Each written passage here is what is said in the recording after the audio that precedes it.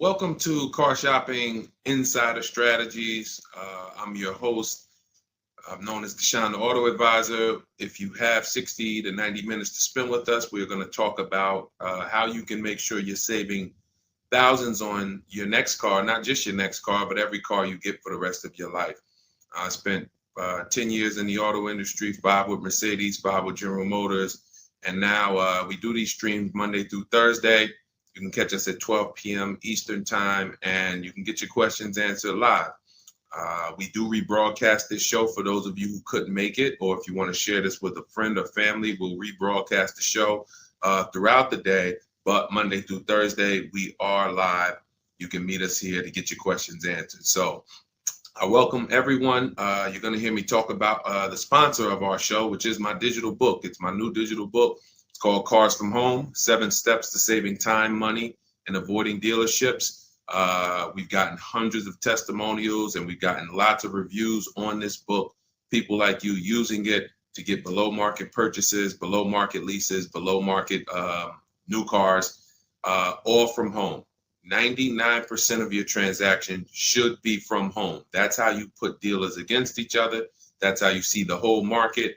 The only reason you should be in a dealership is to test drive your cars, is to have your car appraised if you're going to sell it, and to pick up your car if that dealership doesn't deliver. So we're going to get into some serious Q&A. I see we got a lot of people checking in on TikTok. Good to see you, Cindy, Cowboys, Hoop you 42, EJ Mobile. You guys can feel free to start typing your questions. I have my man Dolan in the background moderating, and he's going to bring in all the questions we get so that we can make sure that everyone gets an answer. All right. So feel free to start typing. We do have a welcome special from my new digital book. It's normally $97, but for 30 minutes, you can get yours for $24. That's 75% off because I want you to have this information and I don't want money to be a barrier to you having this information. So you can get yours for $24. If you get to my TikTok bio, the Instagram bio, the YouTube comments, and the Facebook comments before 30 minutes, you got yours for $24. It's worth $97 and more, but $24 is better. I'd love for you to have that special. So feel free to start typing and we'll get to it. Nigel, Kodak, good to see you. Rob, Enrique, this is our Wednesday, May 7th live show. So for those of you who may want to know, are we actually live? I'm going to be saying the dates on the show just so everyone who is live knows that we are live and they can actually type your questions. So while you guys are typing, I want to tell you about this 7-step system that you want to be operating in. You don't want to be out here winging the car buying process anymore, the car shopping process anymore. This is 7 steps. Whether it doesn't matter whether you're a high mileage driver, bad credit person, good credit person, lease person, purchase person. 7 steps. First step is the most important question. How many years are you keeping your next car? This is the most important question because we need to know how are we going to beat depreciation. Depreciation is what we call the unseen expense. If you buy a car today for $40,000, you don't drive the car one single mile. You don't even drive it. Say you don't need it. You park it outside your house for 1 year. $40,000 car. Come back in a year, what's that car worth? Throw some numbers out there. Your brand new car, $40,000. It could be a used car too. You bought the car, you drop it outside your house, you never touched it. Is that car worth $40,000 1 year later? Didn't drive 1 mile. Didn't drive 1 mile.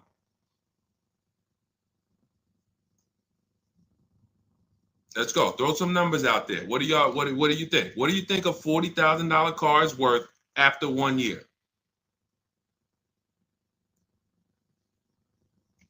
Let's go. All right. Come on. I know people. Let's get. I sometimes listen. I'm going to say this because y'all know I'm a straight shooter. For those of you who are just new here, I have to let you know, most of the people who have a hard time with us getting to the money, literally getting to the money. It's not a matter of the information.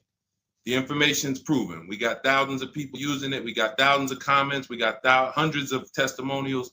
It's the ability to focus. It is the ability to focus. We live in a world where it is very hard for people to focus, and that is where you lose. So I'm letting you know, when you come here to Car Buying Insider Strategies, you have to lock in. If you're going to be here, if not, you're not going to be able to win. You're not going to be able to use what we teach to literally dominate your car buying processes and have total wins, like Milligan, almost $30,000 off an electric car. Like, Just Ralph saving $5,000 off his brand new 2025s. He bought 2 of them. Dealerships dropped the price. The moment they came out, he got them back in December. They dropped the price on both of them over $5,000. Like, these are brand new high demand cars. You're going to see me share a bunch of people that like, whoa, those results look amazing. And these people are telling you they'll never buy a car any other way except the Cars from Home way with bids. But they focused. Whenever they met me on a video, social media video, hopped on a live, you have to focus, okay? And that's how you're going to win here. So let me talk to the focus people. I see you, KSA. I see you, Nisi, on Instagram. All right, I see you, John. We got you on YouTube. Jay, we got your question coming. So that's the depreciation. You buy a car for 40, your car is worth 30 a year later. It's worth 35 a year later. Even if you didn't touch it, you didn't drive it, you just literally parked it outside your house. So that means our cars are losing value daily, whether we drive them or not. So the reason why the most important question is our first question: how many years will we keep this next car? Because we need to determine, are we going to beat depreciation with a short-term lease, 3 years? Or are we going to beat depreciation with long-term ownership? Well, thank you, Will Rosa. Shout out to the people liking the show.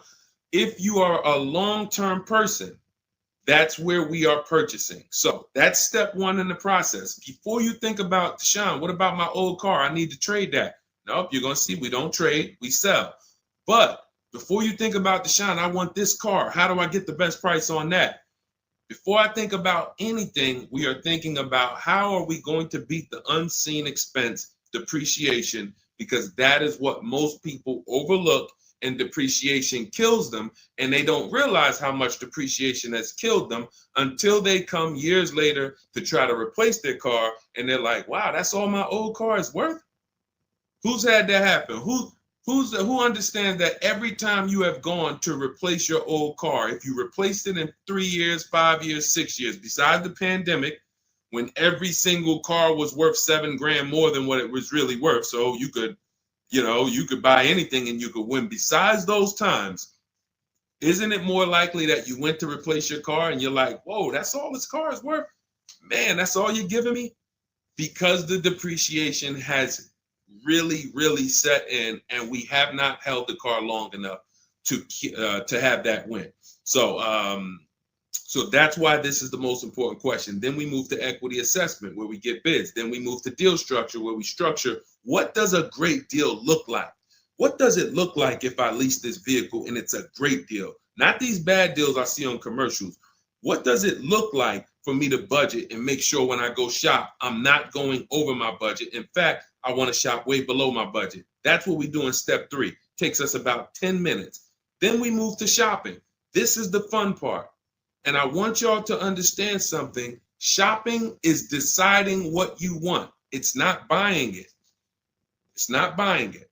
Shopping is deciding what you want. Okay? And what we tend to do is we mix shopping with buying. When I was in the dealership, I would have people, man, Deshaun, I don't know how I ended up with a car. I just went to Home Depot. I was going to Home Depot. I said, let me stop by the dealership. And now look, I'm leaving with a car. That's mixing shopping with buying. We don't want to do that. And then we move to step 5, which is we're multiple offers. Multiple offers. So you're going to hear as you stay on the stream and as you understand what we do in the Cars from Home process and why people are saving so much money and they're so happy enjoying their process is because of those 2 words, multiple offers. It puts you in control. It puts you in the driver's seat. It makes you feel like you are the prize. You're not begging anymore. Who's been in a dealership feeling like, man, why am I begging these people to take my money? Will anyone be honest? Anybody be honest and say, man, anytime you've been in the dealership, have you ever felt like, why am I begging these guys for me to give them $20,000 of my money? $50,000 of my money. So what we're going to do is when you start getting multiple offers, you're going to see, whoa, this thing flips on its head. Now they're coming to me. Okay, so this is just initial mindset of the difference with the Cars from Home process. Step 6, we go and tie up our paperwork. Again, if you notice, all of this stuff I'm talking about is done from home. The only thing we do in that dealership is test drive, come on home. And you're going to start now enjoying your test drives. So you probably can't even, you've probably been scared to go test drive. Sean, I'm scared to go test drive. I don't want to, because they're sitting you down. Thank you, Paul. Thank you, Paul Sperling, for being honest. I see you on Facebook. That's where you've been nervous. Man, I don't want to go test drive. I'd rather just, but what you're going to start doing now is enjoying the shopping because you're test driving, going to another dealership, test drive this. Sometimes people go with their families and say, hey, family, good news. We're going to go out this weekend. We're going to test drive a bunch of cars and we're going to decide what the right one is for our family. The kids are happy, wife's happy, husband's happy. Yes, let's do it. Get to the first dealership, test driving the car. All right, what do you think, guys? Oh, it's okay, it's all right, it's nice, we like it. Okay, now the kids think we're going to see 3 vehicles. Next thing you know, Dad's sitting down with the salesman. Hey, we got a great sale, today. It's a 1-day sale. That's a lie. Really? Oh man, what does the sale look like?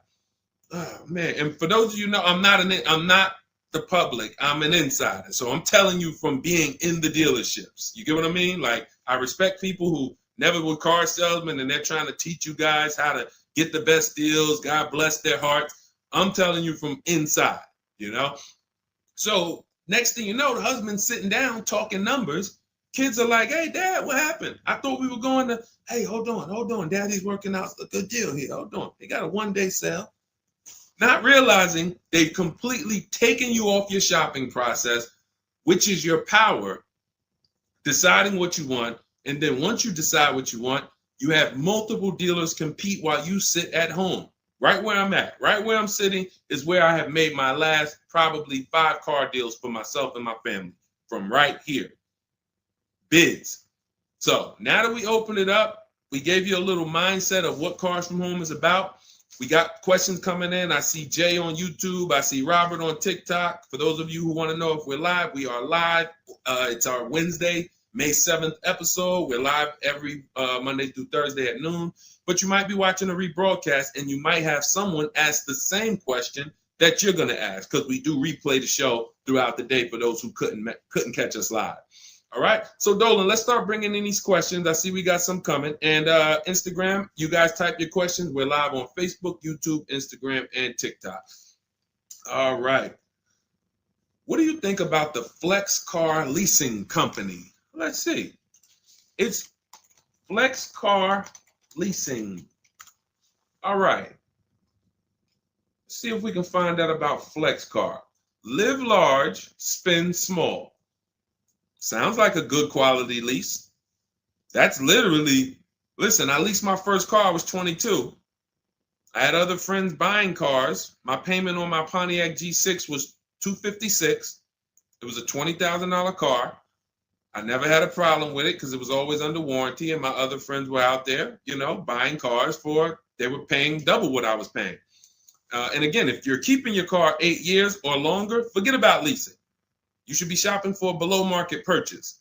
If you're not keeping your cars 8 years or longer, below market leases is how we save all the money keep thousands in our bank account, drive incredible cars. So let's take a look.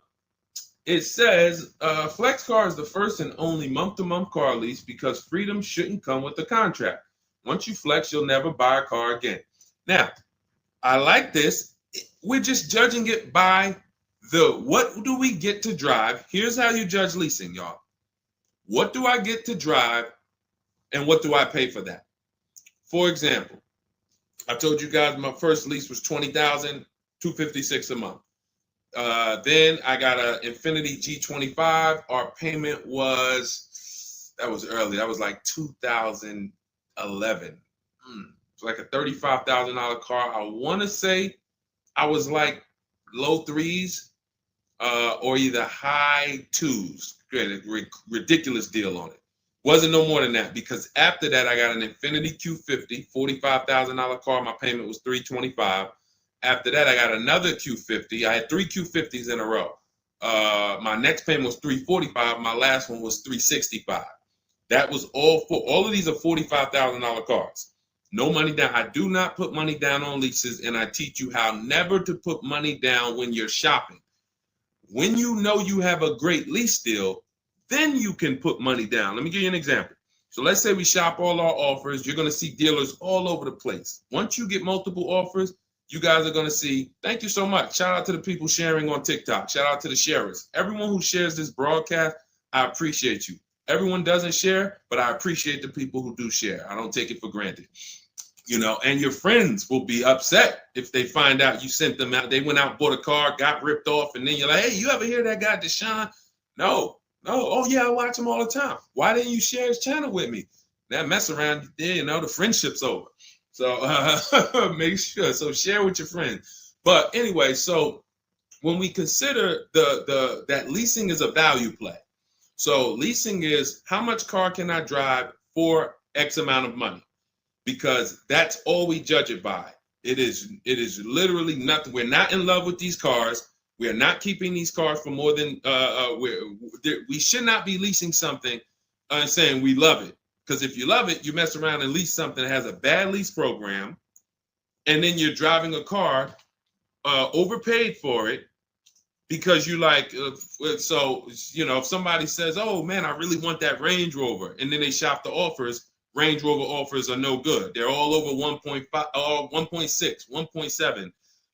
For those of you who don't know, we judge leases by dividing the MSRP, the monthly payment we get, no money down.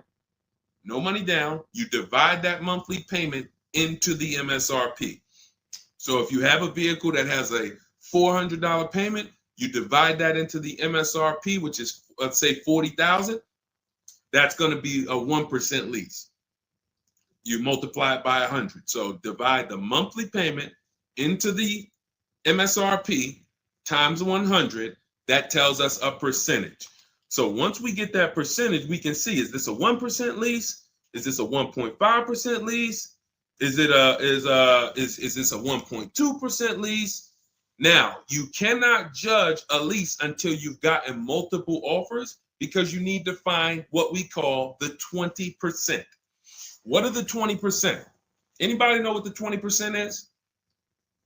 And we're still talking about this Flex Car leasing program because if we can lease cars through Flex Car and they're 1% leases or 1.1 and 1. If you get to drive these expensive cars, but you're only paying 1%, 1.2%, 1.1%, less than 1% of the MSRP on a monthly payment, you don't have to tie up all your money. You got cars under warranty, no problems. This could be a really good thing. Now, I haven't used Flex Car, but I'm just telling you, if you guys explore them, this is what we are judging because this is how we judge leases. Okay, there's nothing else about it. So you divide your monthly payment. You don't have to worry about taxes. Here's why you don't have to worry about taxes. And here's why you also don't have to. We're just talking about leasing. So let's continue to ask questions about used. I don't know if more people are just interested in leasing. Maybe you guys can help me out. Is it that more people are interested in leasing because we get a lot of questions about it? You know, we have systems for pre-owned cars. Shopping deals with getting below market pre-owned cars, getting below market new cars. saving money with our bank bidding war, making banks and credit unions bid for our interest rates, selling cars to get our equity out, bidding. So we have all types of stuff outside of leasing, but I'm going to answer the questions you guys ask. And if Dolan keeps pulling in the questions and most of them are about leasing, then that's what we're going to talk about.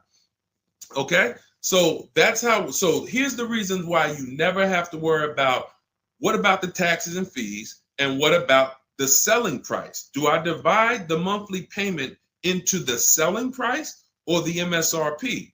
Well, you're going to do it on the MSRP. That's that sticker price. I'm going to show you guys an example here on the screen so you can see. This is a sticker, window sticker, and you can see, Dolan, can you snatch that? Thank you so much, Dolan. The total MSRP right here, that's your MSRP. That is what you're dividing your monthly payment into. Now, the MSRP tells us the value of the car in the market. The MSRP tells us the value of the of the car in the market. It does not tell us what they're selling the car to us for and how much they've discounted it. That's reflected in the monthly payment. So you have a $40,000 MSRP. One person, one dealership, an 80% dealer offers us $600 a month for that. Okay, another dealer, 80%, offers us $650 a month for that. No money down. Remember, always shop our lease deals with only first month's payment due at signing. Only first month's payment due at signing. You don't do anything else but first month's payment due at signing. And you tell dealers how you want your lease deals presented to you. You do not let them work you up a random lease deal. Okay, so you get your first month payment and you say, okay, one dealer says $650, $40,000 car. This is an average car. $600. Another dealer says $550. But then here comes this 20% dealer, $425. So now you're looking and saying, whoa, the percentage for the higher dealers is 1.4, 1.45, 1.6, but this lowest dealer is 1.2, 1.1. What's going on here? Same exact car. This is the 20%. You've identified the 20%. They've identified themselves, and the lower sales price that they're giving you is reflected in the monthly payment. So so the monthly payment is where we can see the discounts, not the MSRP. So we divide that monthly payment into the MSRP, gives us that percentage, and we can see those with the lowest offers, lowest percentages have made us the best deal. And we always make sure we tell them, put your taxes and fees into the payment. Okay, now I have templates for this. So everything we do is by email. If you guys want to take this and use it, you want to try calling around, just remember this stuff. For those of you who do not want to remember it, you're like, Deshone, give me the blueprint, give me the step-by-step. We have everything in my digital book, Cars from Home, 7 Steps to Saving Time, Money, and Avoiding Dealership. I wrote the templates out. You just fill them in, blast them out. We show you something we call the 25-to-5 strategy, where you connect with 25 dealers in 20 minutes, and your goal will be to get 5 offers. So as our welcome offer, you can get your copy for 75% off, normally $97. But if you head to my TikTok bio, you won't leave the show, Instagram bio, YouTube comments, or the Facebook comments, you can get yours for $24, which is going to be 75% off. It's a digital book. You'll have it by the end of the stream. Okay? But this is very important. When we're judging lease deals, whether it's through FlexPay, whether it's through an individual dealership, it does not matter. We are judging them based on value. And the lower percentage I'm paying to drive X amount of car, the better value that we're getting. Okay? That makes sense? Type dollar signs if that makes sense. If anybody needs me to go deeper on that, we can certainly go deeper. Okay? I just had to, there's somebody named Pop. We blocked him on TikTok. He said, talk too much drama to drive a car. He never say that with a house. And if he would, he's totally ignorant. And here's the thing. We have been taught by the auto industry, a multi-billion-dollar industry, that we know as the public takes advantage of people and rips them off. As an industry, not every dealer, but as an industry, they take advantage. They do not get sued. We have people who are driving the same cars, paying $200 more, same exact car. No one is getting lawsuits. You're ripping us off because you've taught us that we should be able to come into the dealership, make a $30,000 transaction on the low side. The average car price is probably 40, 45 grand. They've taught us that they've taught us we should be able to make that decision in 1 hour with no real competition and no real information. So when we talk about strategy and the way we save money, when you look at somebody like a Marie, hey, just wanted to reach out and say thank you. I love these emails, by the way. Those of you who have my book, who are using it, please continue to send me these types of emails. Marie said, just wanted to reach out and thank you. Using the guide, I saved over $13,000 off MSRP, got my payment to be hundreds lower per month and maintenance included with no money down. Just wanted to say thank you. 2025 GLC 300 coupe, fully loaded. Now, some of you have this exact same car, or you know someone with it. You know someone with it. And they probably went out, got it traditionally in 2 hours, did very little shopping because they wanted this car. But Marie used the cars from home process, got my book, $24. Hopefully she got it at the welcome offer for $24. And that $24 investment saved her $13,000 off this new car. $13,000. We are not here on Wednesday, May 7th, to talk about hundreds of dollars. And these are the people who would be warning you guys to say, hey, you better have a process. And if you don't, that's okay. You don't need a process. Just know you're overpaying. And just understand that the car business has mastered sending you down the road in your car and you overpaid and you're smiling.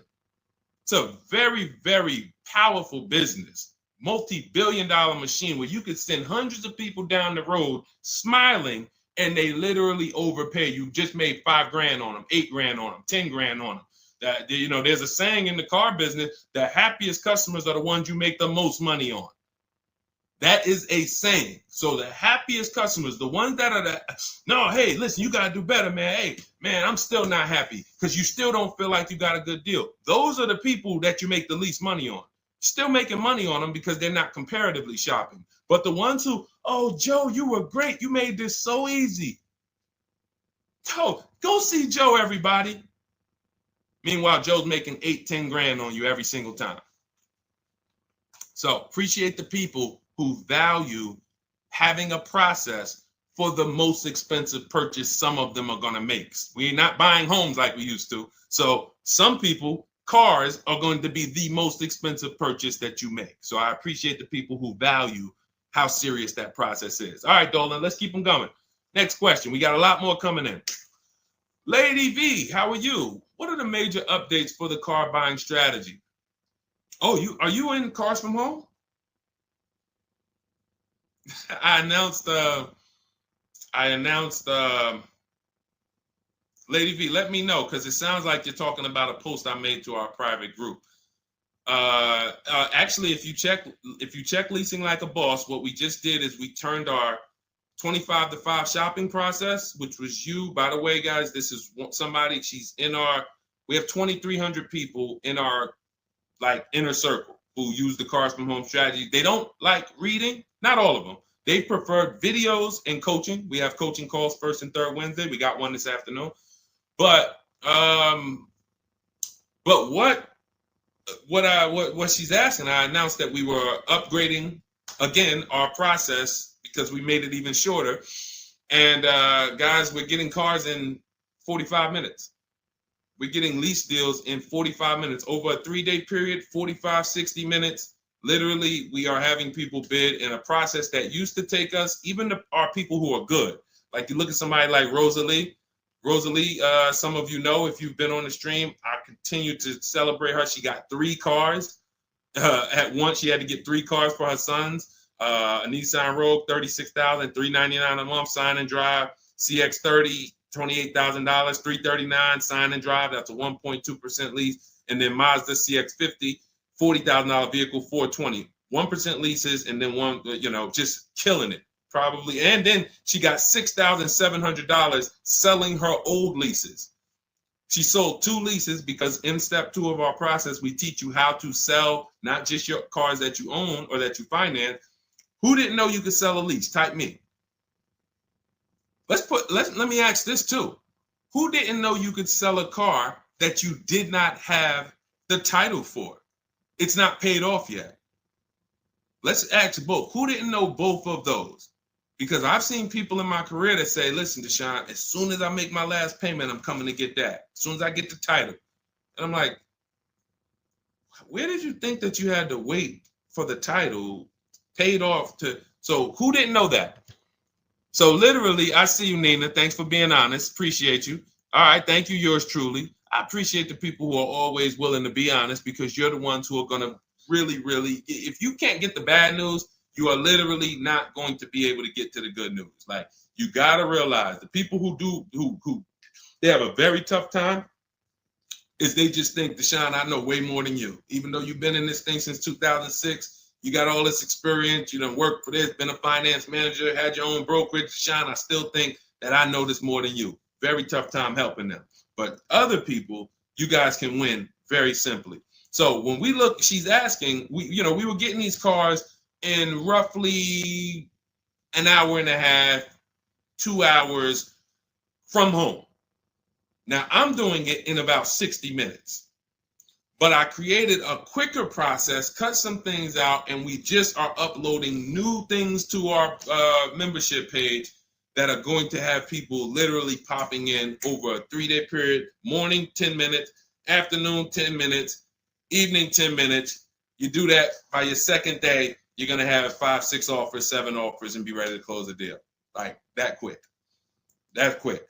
I'm always about quicker. Deshone, y'all getting cars in an hour and a half from home. Yeah, but can we do it quicker? So that's what we got. So check Leasing Like a Boss, and you'll see some of the new videos already in there. And thank you, Daniel. He said it's worth the price. And it's in the book. So very important to understand. Everything we're talking about, guys, you can get it for $24 if you get to the book before the 30-minute welcome offer expires. This is the same system. Some people just like videos and coaching in our community, 1,600 people in it. They want to be in that. Like, let's do this together. Let me ask more questions. We can't answer questions for people who have the book. Unless you pop on a live and you catch me here. So thanks, Lady V. But yes, check out the membership page and you'll see all of the new videos in day 5 for the 25 to 5 strategy. It just got quicker. All right, go ahead, Dolan. Pull the next one up. All right. And every time y'all hear something that you like, can you continue to run up these likes on TikTok? Appreciate it. I see we're about 300 now. But if y'all can continue to run those likes up, it means a lot. It lets TikTok know, hey, they're talking some serious stuff over here. Let's bring some more people over here so more people can benefit. My man Paul Sperling on Facebook. How are you? Are there dealerships that won't allow you to lease unless you use their financing and not use your own credit union? This is a great question. Wanted to know if it was true because Genesis Salesman told me that. Great question. So Paul, with a lease, we must use the dealer's bank or the manufacturer's bank. It's not like a finance where we can go and we can get our own financing. We can shop around for our own financing. And the reason we're doing that is to make sure that they're not overcharging us for the financing. So we have a process we call the bank bidding war, where we strategically let tons of banks and credit unions shop our credit without it lowering our credit score with all these inquiries. And we do it within a window, and it allows it to only show, it only affects our score as one hard inquiry. So these are the steps we take to make sure we are not overpaying. Thank you, y'all. Yali 288, #1 gifted badge. Appreciate you. But on a lease, it's different. We must go through the dealer's bank. Now, here's what could happen. With a lease, there's something called a money factor, which is an interest rate. That's an interest rate on a lease. It's called a money factor. Now, dealerships, if they know you are not shopping, and some, the 80%, even if they know you're shopping, they're going to mark up the money factor. So they're going to create and quote you with a higher money factor. This is why going in and asking for the invoice does not matter. You don't know what the hidden money is. What are the rebates? What is the incentives? What is the money factor? You don't know. Did you mark it up? Did you not? Can't see it. It is totally undisclosed. There's no way for you to see it.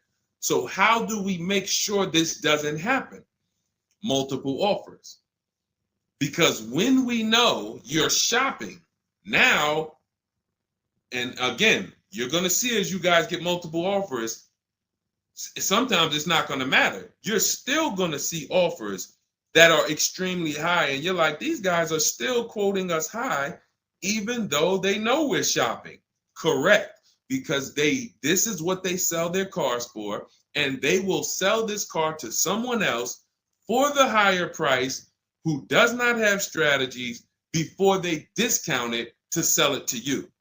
They would much rather say, Mr. Customer, that's my best deal. I'm sorry if it's not in your budget, but that is my best deal.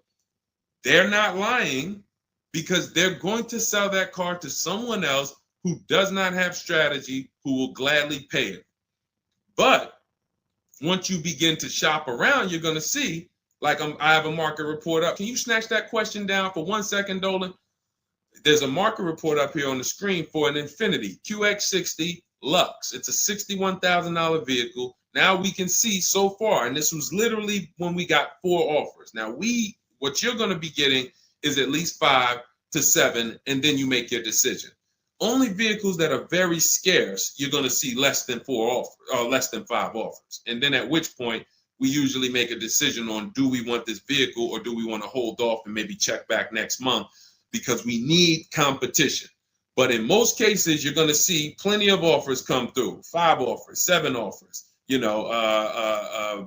This is how most market reports look that we prepare. We prepare these for people, and this is what we teach you to do for yourself. So as you can see, $61,000 vehicle. One deal is at $873. Sign and drive, no money down. One dealer is at $889. But then we have 2 dealers that have come in at $680 and $685. $200 apart.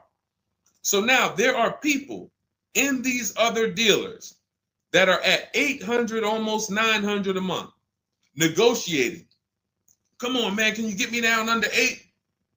You see how that's a losing battle? They're at $889, right? They know we're shopping, because when we shop, you always want to let dealers know. I'm speaking to a couple dealers. You catch more flies with honey than with what is the saying? Vinegar. So be nice, be friendly. All the scripts we have, you use our scripts. We have thousands of people using our scripts from our book and from our Shop with Deshone coaching program. And they're nice. They're friendly. They're not like aggressive. They're firm. But when you're talking to dealers, just be, hey, I'm shopping around. Hey, and you're still going to see, that's my best price, $800. That's how you know. Don't get emotional. This is the 80% Deshone told us about. Don't expect them to do what the 20% does. Expect them to be high. You're $150 higher than the other dealerships. Are you going to come down? No. No. Because 16 million new people buy new cars a year. And sorry, I'm glad you got strategy, and I'm glad you know how to find this 20% dealer that's $150 less a month than me. But that's not going to change the fact that I'm going to sell this car to someone else. And they'll try to lean on you and say, well, do you want it? Because, hey, that's our price. No, I'm sorry. We don't want it. Thank you so much, though. So this is what we're dealing with when we are dealing with car salesmen. which is why you must shop multiple offers to be able to get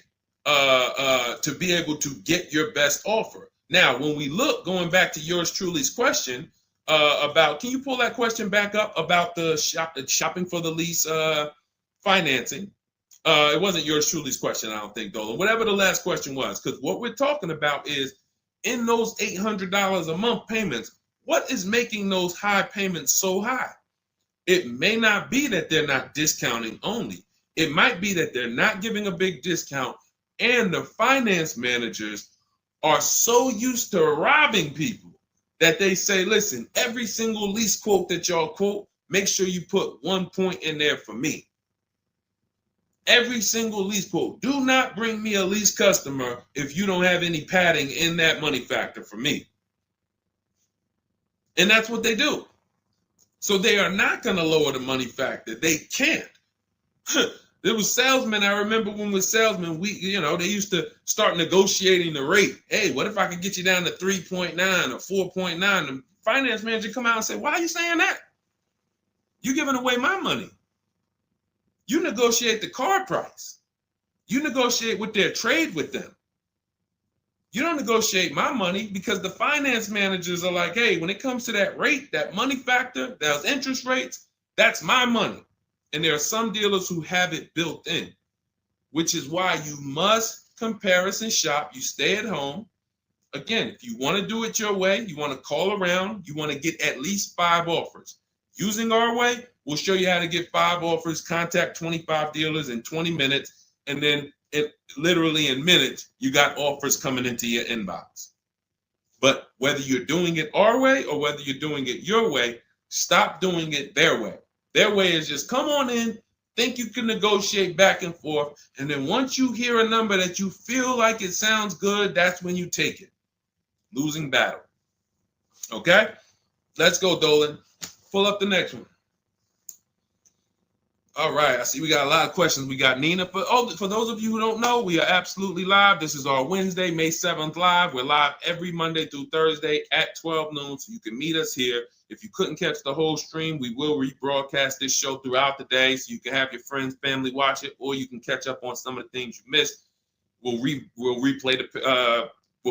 all through the rest of the day. And on the weekends, we take all the shows from the week and we rebroadcast them out, so everyone can catch up on things throughout the weekend. All right. And most times you're going to hear someone ask the same question you were going to ask. All right. When getting quotes for your Adrian on Facebook, when getting quotes for your car for trade, who all should you get quotes from? This is a great question, Adrian. 6 companies right now. 6 companies. And we could throw a 7th in because Rosalie sold hers to We Buy Any Car. So this is step 2, guys. This is called the equity assessment, because we don't trade. Trade is a curse word here. The only people who have to trade using our system are people who've buried themselves in negative equity, and now we're working a transaction to get them out of it. They can't pay the difference, so they have to trade their car into whoever wins the bid.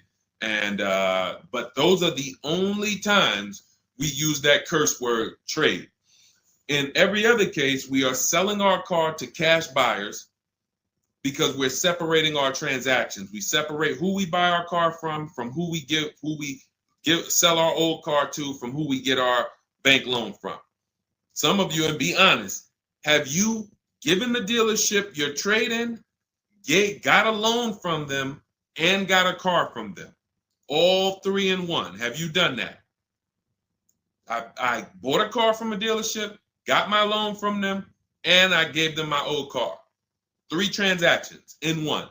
Impossible to have 1 there. Again, take the bad news first so that we can get you to the good news. You cannot win giving a dealership 3 transactions in 1. Okay? Each one of these should be bid out while you're at home so that you know I've maximized everything. Okay? So 6 companies we're getting bids from: CarMax, Carvana, Driveway, Kelly's Blue Book, but not the regular Kelly's Blue Book, Instant Cash Offer. Kelly's Blue Book Instant Cash Offer, where they connect you with a local dealership that gives you a cash offer. Auto Nation, cash offer. Car Gurus, cash offer. All three of them connect you with a local dealership to get a cash offer. Now, when you throw in We Buy Any Car, or maybe a local cash buying company that you might see commercials with, hey, we want to buy any car, we'll buy your car. All of them. Now, this takes about 25 minutes to do to get all of these quotes, but you're not getting, this is a third of your transaction. So those of you who are like, I'm just going to trade, God bless you, do you. But you're not going to make the money we make. You're not going to make the money Rosalie made. Sold 2 leases, put $6,700 in her pocket at the end of the lease. And what many of you, do I still have Melissa's test? See, Melissa, many of you who are going to learn that you have not been a long-term person and you have been buying your cars, you're going to get your bids, and then you're going to put a ton of money in your bank account because you're going to lease with no money down. And once you lease with no money down, I don't think I have it up. I think it was from last year. And because we're just showing all 2025s and 20. Yeah, that's all we're showing right now is, recent people, But some of these, Dolan, I'm going to go back and grab because some of them were unique in that when you see you've been somebody who's been taking loans out and you're like, Deshone, every time I buy a car, I take loans out 5-6 years. I go trade the car in after like 4 years, or maybe I pay them off and then I go and trade them in. And I always end up really not getting nothing. I got high payments every time. And then whatever my old car is worth, I use it for a down payment for the new car. I don't really see where that money goes. So this is a repetitive cycle. What you're going to do is actually get your cash bids, realize, all right, I've been breaking the 8-year rule. The 8-year rule says if you're not buying your next car to keep at least 8 years, you should be getting a below market lease. That's what you should be shopping for. That's going to save you thousands upon thousands of dollars more, and you're going to drive better vehicles. If you're keeping your car more than 8 years, then you should be shopping for a below market purchase, new or used, based on your budget and your values. So the 8-year rule. So you say, man, I've been breaking this 8-year rule. I'm not keeping these cars 8 years.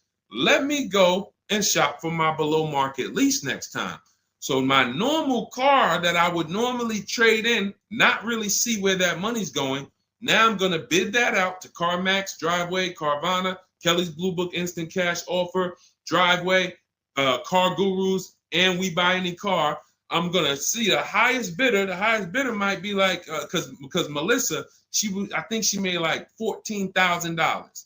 She had like a 5-year-old car that she would normally trade, but it was paid off, and she's like, all right, I'm not gonna go and use this as a trade and buy something else.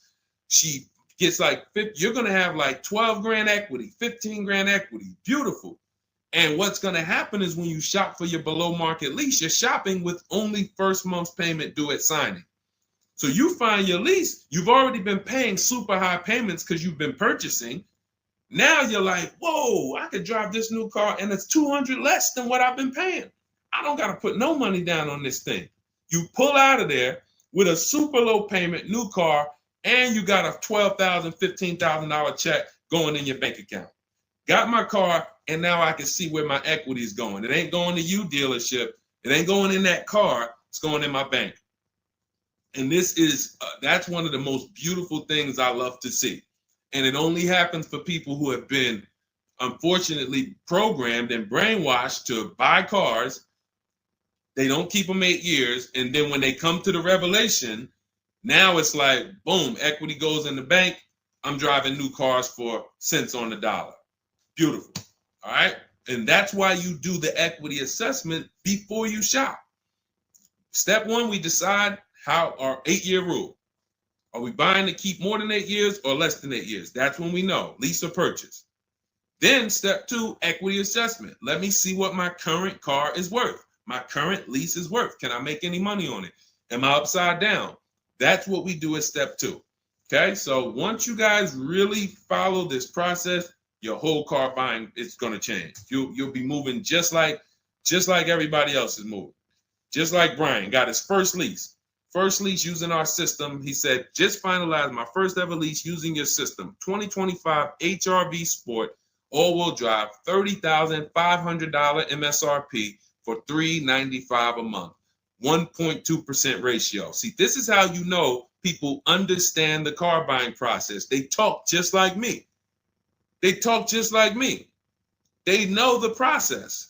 They didn't have to go to school for this. They just followed the steps, and I walked them through how to judge the deal. 1.2% deal, 12,000 miles a year, 36 months, no money down. His initial quote from this dealer was $434. In my book and in our Shop with Deshone system, we have calculators we invented. We have 6 proprietary calculators. Can't find them anywhere on Google. They're ours. We created them. He used our calculator. We put all our offers into the calculator. It tells us what to counter. So he counter offered online or by email. His last offer was $395. They went from $434 to $395. That's how it goes. And he probably had 5 or 6 or 7 other offers that was $150 a month higher. That's how it goes. All right. That's where you want to be. All right. That makes sense. Did everybody grab that? Type $ if you follow me. Who's following? Type $. Okay. I never want to go to the next subject before I make sure. All right. Did you grasp that? Did you? All right. Thank you. I see you, DJ and Nice. My man, good to see you checking in. Hart, you have that's your username, Hart. So yours truly. Thank you so much. Good to see you. All right. I see you, HD1 1225. Good to see you. All right, perfect. All right, Dolan, let's go to the next question. All right, feel free to keep talking. I know we got a bunch, so I'm not even gonna say it. Let's just try to get through what we got so far. Should there be a set length of financing depending on the year of the car? Great question. So we have something we created called the Rule of 72 and the 10th birthday. This is, all right, there's something we call the repo recipe. So when I was in Mercedes, this happened more often with Mercedes. People, 4 expenses that we need to take into account when we're financing a car. 4 expenses. The cost to acquire the car, and most people are taking a loan. So it's the cost to acquire. Then you have the cost to repair it. Well, let's say this. You got your insurance. You have your maintenance. And on some cars, maintenance does become serious. On a Mercedes, your oil change is $200. Your brake fluid change and your service B is $400 to $500. So there are cars that we have to take into account the maintenance being serious. Then we have gas. So even if you have a car that maintenance is low, you still have gas. So let's just wrap those 2 together. And the 4th expense is what really, really hurts people when they have something that breaks. And when we have something that breaks, what we typically don't want is a car payment. We don't want all of those expenses on top of things breaking. So what we really want to do, and this is a measure of when you're buying too much car for your real budget. If you can't buy a car and you afford it and can get, most of the loan is under warranty. So most of the loan that you have the car is under warranty. If you got a 5-year loan and you got 2 years without a warranty, okay, cool. You got a 6-year loan, you got 3 years without a warranty, okay. But you don't want a 6-year loan and 1 year you had a warranty and 5 years there's no warranty on a car that could, and you don't have the cash. These are things that we call the repo recipe, because when something breaks and you have a car payment and your insurance payment and they're telling you, wait, you need the maintenance, you just wait, I just put brakes and tires on this thing. This is enough for some people to say, whoa, I can't afford to put $5,000 into this car in 60 days. Or so how do we prevent this? We prevent this by making sure we're not taking a car or a loan too long for the year of the car. And the longest loan we want to take is 72 months. And so the reason why it's called the rule of 72 and the 10th birthday is because when you add up the year of the car and the number of years old the car is, I'm sorry, when you add up the year of the car and the year of the loan, the number of years on the loan, it should not pass 10. So if you're getting a 4-year-old car, you can take a 6-year loan. If you're getting a 3-year-old car, you can take a 6-year loan. That's 9. If you're getting a 5-year-old car, you should take a 5-year loan max. If you're getting a 6-year-old car, you should take a 4-year loan max. Now, why is this a test of affordability? Because some of you are saying, whoa, but I can't get the car that I really want at that number. Then that means you can't afford the car that you really want. Again, it doesn't mean you can't break that rule, but it does mean that you're going to have a loan on a car that's older than 10 years. This is risky. So it's nothing wrong. The reason we create these boundaries, so at least when you cross them, you know you're crossing them. So if something happens, you're not surprised. You're not like, whoa, how did this happen? Well, I took a little risk. I took 1 year longer. Then, the car's 11 years old. I still got a loan on it. Stuff goes wrong. I'm out there. I got more exposure. But if we use that as a gauge of affordability and say, you know what, if I can't afford a 6-year loan on this car, then I can't afford the car. If they're telling me I got to take 7 years, that's why we cap both. We cap the number of years you should take at 72, absolute longest. And some of you know we default to a 5-year loan when we're shopping.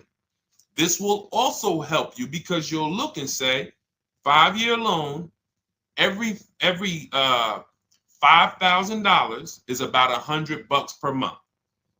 So as you're shopping and you're looking at cars, you should be saying to yourself, all right, $20,000, that's about a $400 payment. All right. And that's if I put no money down. You got your taxes and fees. Maybe I'll take care of the taxes and fees, but that $20,000 car is going to cost me about $400 a month, 5 years. $80,000 car, you're looking at, divide that by 5,000. That's $1,600 a month for 5 years. Doesn't matter how high you go. But when you don't have these rules and you go in, here's what tends to happen. You look at cars that are way more expensive than you could afford, and you say, hey, can you get me to this payment? And a salesman, are they ever going to say, no? They're going to say, oh, let me see what I can do. Next thing you know, they come out and say, hey, good news, I got you to $1,000 a month. Hey, good news, I got you to this. Way below what our rules are. Way below than the $5,000 every 100. So you got to say, how did they get me to way below the every 5,000 is 100? How many years is the loan, sir? Oh, well, listen, what's more important to you, the payment or the number of years? Well, both are important to me. How many years is the loan? Well, right now, this is an 84-month loan. This is a 96-month loan. Wait, so 7, 8 years? 8 years, 9 years? You're talking like, yeah, well, and that's how you get jammed up. So if you keep these boundaries in place, longest loan I'm going to take 6 years, 72 months. When I'm shopping for a car, if I'm purchasing it, not leasing, I am looking and saying every $20,000, every $5,000 I'm going to borrow, it's going to cost me about $100 per month. If you do these things, look at the car. What's the year of the car? 5 years old? All right. Max I want to do on that car is a 5-year loan. Oh, it's only 3 years old? All right, I can stretch to a 6-year loan if necessary. You keep these boundaries, you will be safe. You stay far away from the repo recipe. When things tend to go wrong at that 9, 10 year, 11 year mark, you got to put some money into the car. Car is paid off. You don't have to worry. Okay? High dollar signs if you guys followed that, and we can move on to the next question. Everybody clear on that? Colin Moore, welcome to the community. New follower. We are live. It is our Wednesday, May 7th episode. You may be watching us live at noon, or you might be watching a rebroadcast. We rebroadcast the show throughout the day until our next show tomorrow, which is at noon. Monday through Thursday, we're live at noon. You can please tell your friends who are shopping for cars, meet us here. they'll be shopping for cars in the next 6 months. This is where they want to be. And they really don't want to wait. I mean, I'm trying to get people to stop waiting till they need a car to go and start learning this stuff. You want to be in the market 90 days before you need a car. We've been programmed again to wait until, and it's probably the anxiety. I put it off to the very end. We've just been programmed to wait until the very end, and then we go in and now we have desperate vibes. We're like, oh, I got to take anything I can get. We really want to be strategizing our car purchase early in the market, able to say no to offers very early. This is power, where you can say no. You can email. We have dates that we give the dealerships of, hey, this is when I could buy a car. I could buy it today, but I don't need it for, 2 months, 3 months. That really puts us in a position of power because everyone they're dealing with is desperate, walking in saying, I need a car today. Oh, I hear these cars are hard to get. All of this wrong, desperate energy that's going to make them pay more. That's what they want to sell. We come with, no, we can make a deal today, but we don't have to make a deal today. And when we come like that, it really positions us to, next month, the car salesman will be like, man, I ain't sold a car in 4 days. Oh man, let me call Kevin Gilder. Hey, Mr. Gilder, are you still in the market? Yeah, I'm still here. I told you I got until I got a couple months. Oh, cool, man. Listen, I think I could get that offer you made last month. We couldn't do it last month, but we were super busy. Everybody was in here, man. We charging them all of this money, but right now we're pretty desperate, and I would like to take your offer to my manager. Sure, definitely. That's obviously not what they say, but that's what they're thinking. So you want to be positioned for that. If you shop every single time in an emergency, you're not going to be able to be positioned for that. Okay? We don't want to be in the habit of emergency shopping. Not here. Once you have this way, you'll be like, oh, man, I could get in the market early. All right. Go ahead, Dolan.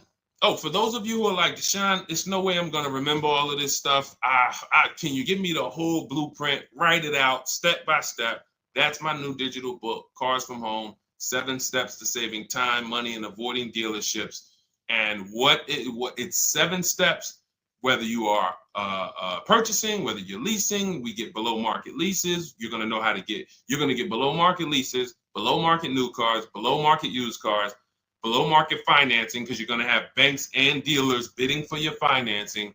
If you're a high mileage driver, there's 3 different strategies for exactly how you need to be moving as a high mileage driver. If you have negative equity, there are 2 strategies in there to help you move from negative equity to your next purchase. This is all in 7 steps. Very simple to follow. So you can get your copy. It's normally $97, but you can get your copy. Part of our welcome offer, 30 minutes only. If you visited already and that timer started, once 30 minutes goes to 0, it is now $97, which is worth every penny. But I'd rather you get the welcome offer. So go grab it. TikTok bio, Instagram bio, Facebook comments, YouTube comments. Click those links. Go grab your book and come on back to the stream. Make sure after you get the book, you screenshot the thank you page because it has my support team's email. Sometimes you're typing fast, type your email wrong.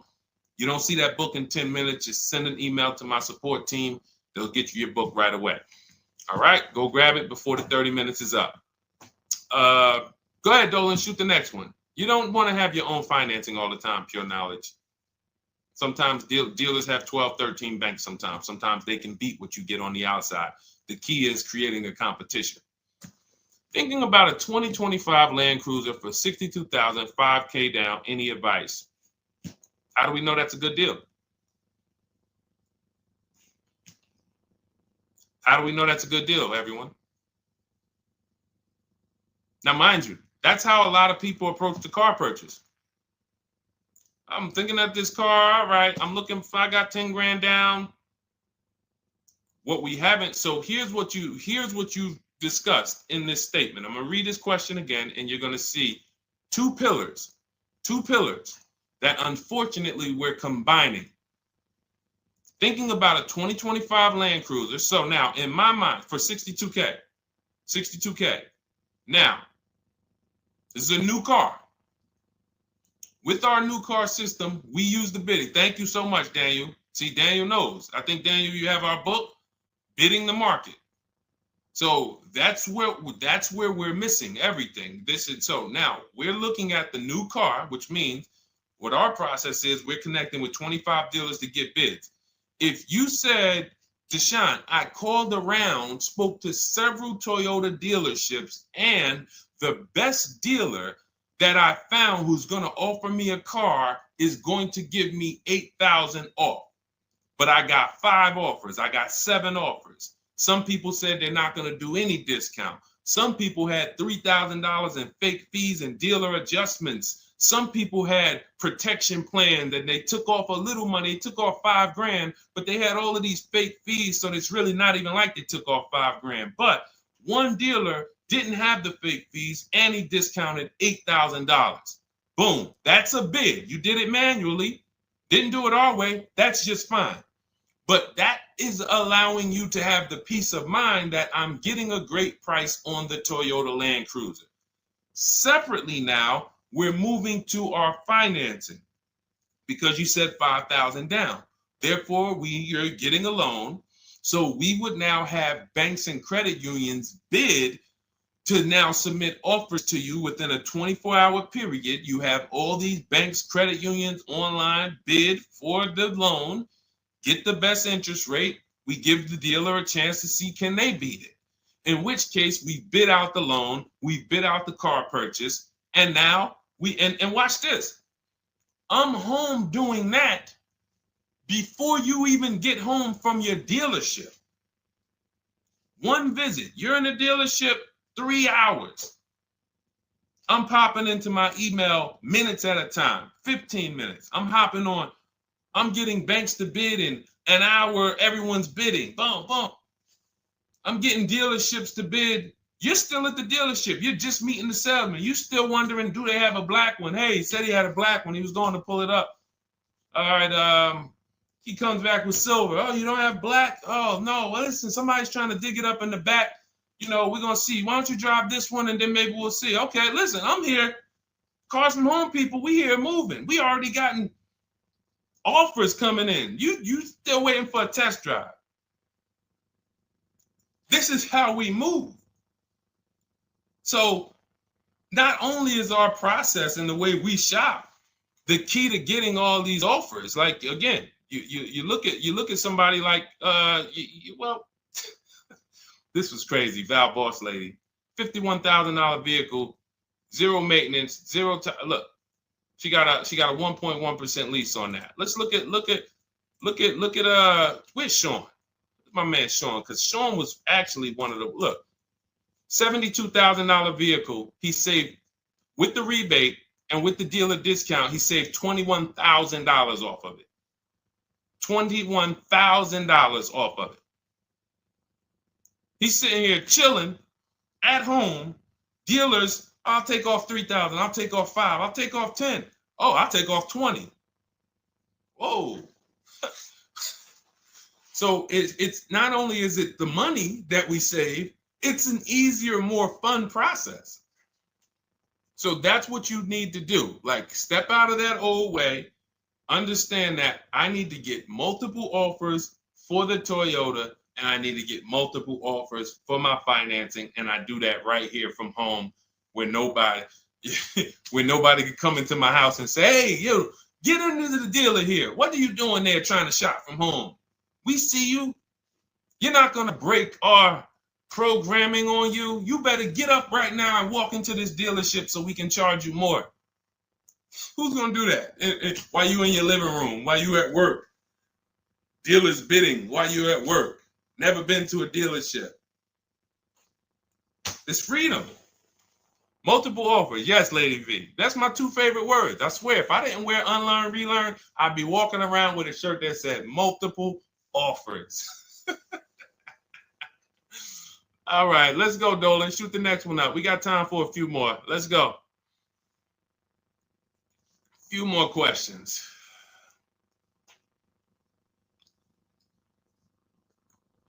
Atiba on Facebook. How is the best way to sell your personal car? Is that in the book? Yes, that's our equity assessment. Step 2. Step 2. Multiple offers. Get your 6 to 7 cash offers. And if you don't need to replace your car, just go and get your check. Do your inspection, get your check. Cash offers, CarMax, Driveway, Kelly's Blue Book Instant Cash Offer, Carvana, AutoNation, Car Gurus. You want to throw We Buy Any Car in there? 7 offers. Get your cash offers. Now, if you are replacing your car, we are timing the transaction. What that looks like is we get our bids for our old car, our current car, or our lease. We assess what our equity is, and then we go shop for the new car. And once we find the best offer for the new car, we then go in. We'll give the dealer a chance to match it, but they usually can't. Hey, I'm selling my car to We Buy Any Car. You know, they're giving me this. Can you beat it? No, that sounds crazy. I can't beat that, because they're not going to win 2 bids. They're not going to beat all of the new car dealers or the used car dealers to sell you a car. And then they can also beat all the used car cash buyers to buy your old car. They'll be out of business. So you go pick up your new car, drop off your old car, or go drop off your old car, get your check, drive over, pick up your new car. Maximize both transactions. It's a beautiful thing. That is the way it's done with us most of the time. Very rarely is the dealer we're picking up our car from the same one who's buying our old car. Very rarely. But yes, absolutely, that's in the book. All right, let's keep it going. Dolan, next one.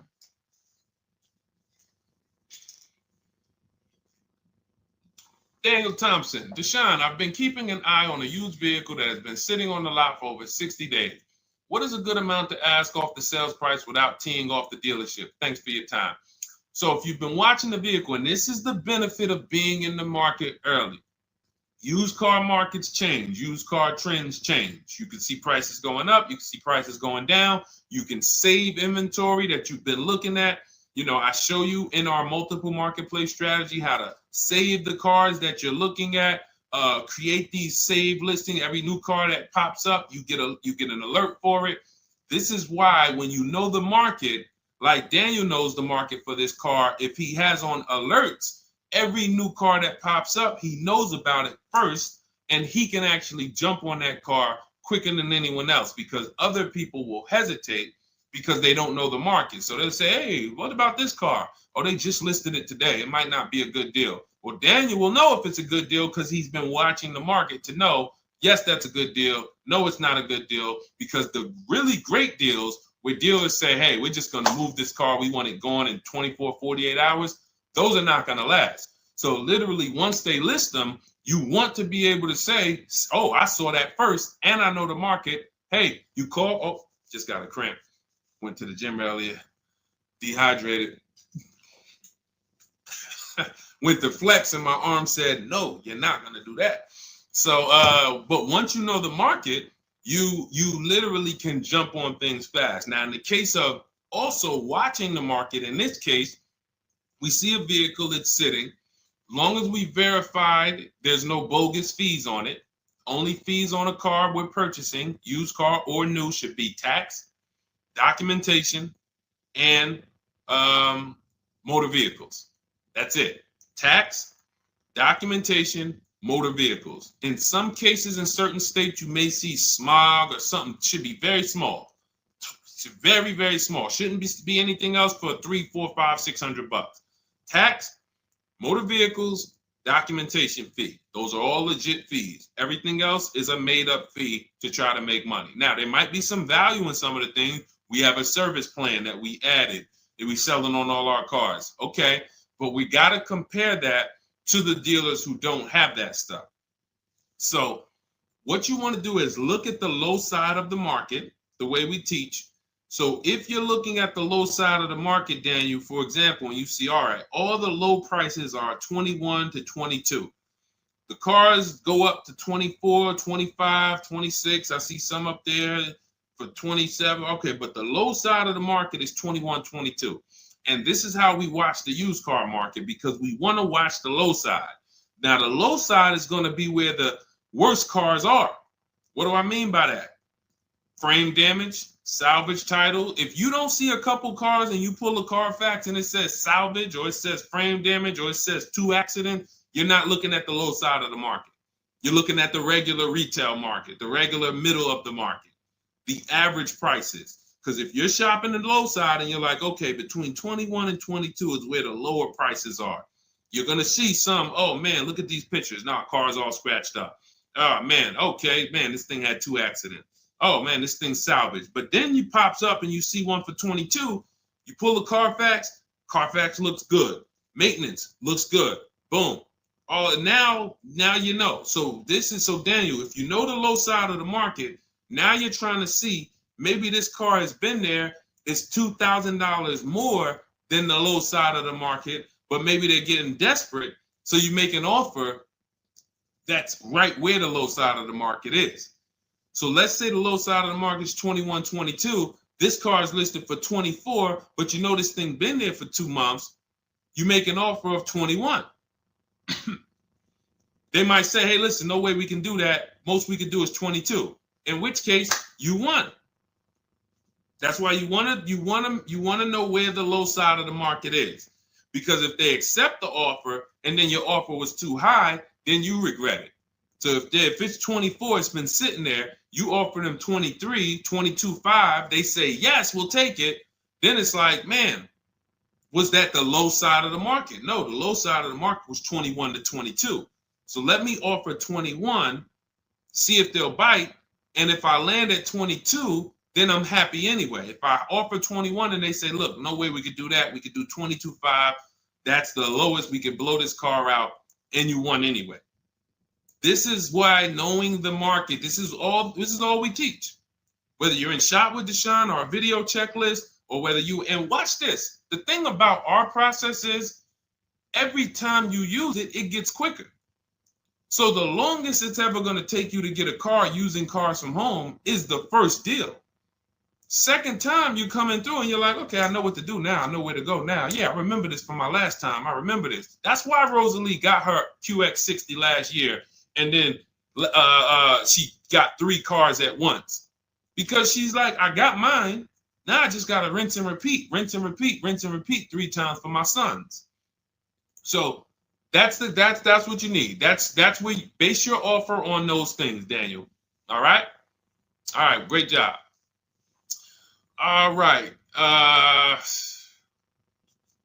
right, it's go ahead, Dolan threw up one more. All right, I'm trying to see. I'm looking at time and I'm like, all right, let's go. All right. Is it true that finance bank will require a certain amount down to get you approved? Absolutely not. Absolutely not. You can do no money down financing. Here's what's happening if anyone's requiring money down for finance. It could be based on your credit, but more often than that, it's based on how much you're trying to borrow relative to the price of the car. So let's say a car is $25,000. Now, this is how the ability to shop affects your deal in the long run. Because if you overpay, the bank is not going to tell you. It's not their job to say, yo, you're overpaying for this car. But here's what happens. Let's say a car that is a good deal would come in around $25,000. Good deal, good value. Now, you don't know what you're doing. You go in, you pay, you get a car, you're like, okay, man, I'm looking at this car, man, it's about $28,000. It's about $28,000. I love it. It's a nice car. Now, you're not looking at the market to see what the low side of the market is. You go in, and you could do this with a new car too. Tons of people did this during the pandemic. Went in, paid over sticker, 5-10 grand.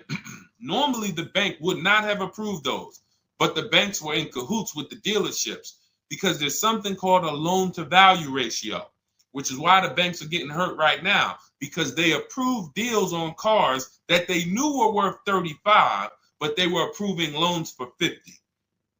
Because dealers decided we want to sell this $35,000 car for $42,000. So once our client needs the loan with everything, and they might have a little negative equity, we need y'all to loan them $50,000 on a $35,000 car, and the banks did it, which is why they're falling apart right now, and they're going to continue to collapse. So when you look and say, whoa, if that's the case, how does the bank protect themselves? It should be loan to value ratios, which means this car that you're telling us you bought it for 28, your taxes and everything are, let's say they slapped on some fake fees on you and you're up there like, all right, man, I thought the car was 28.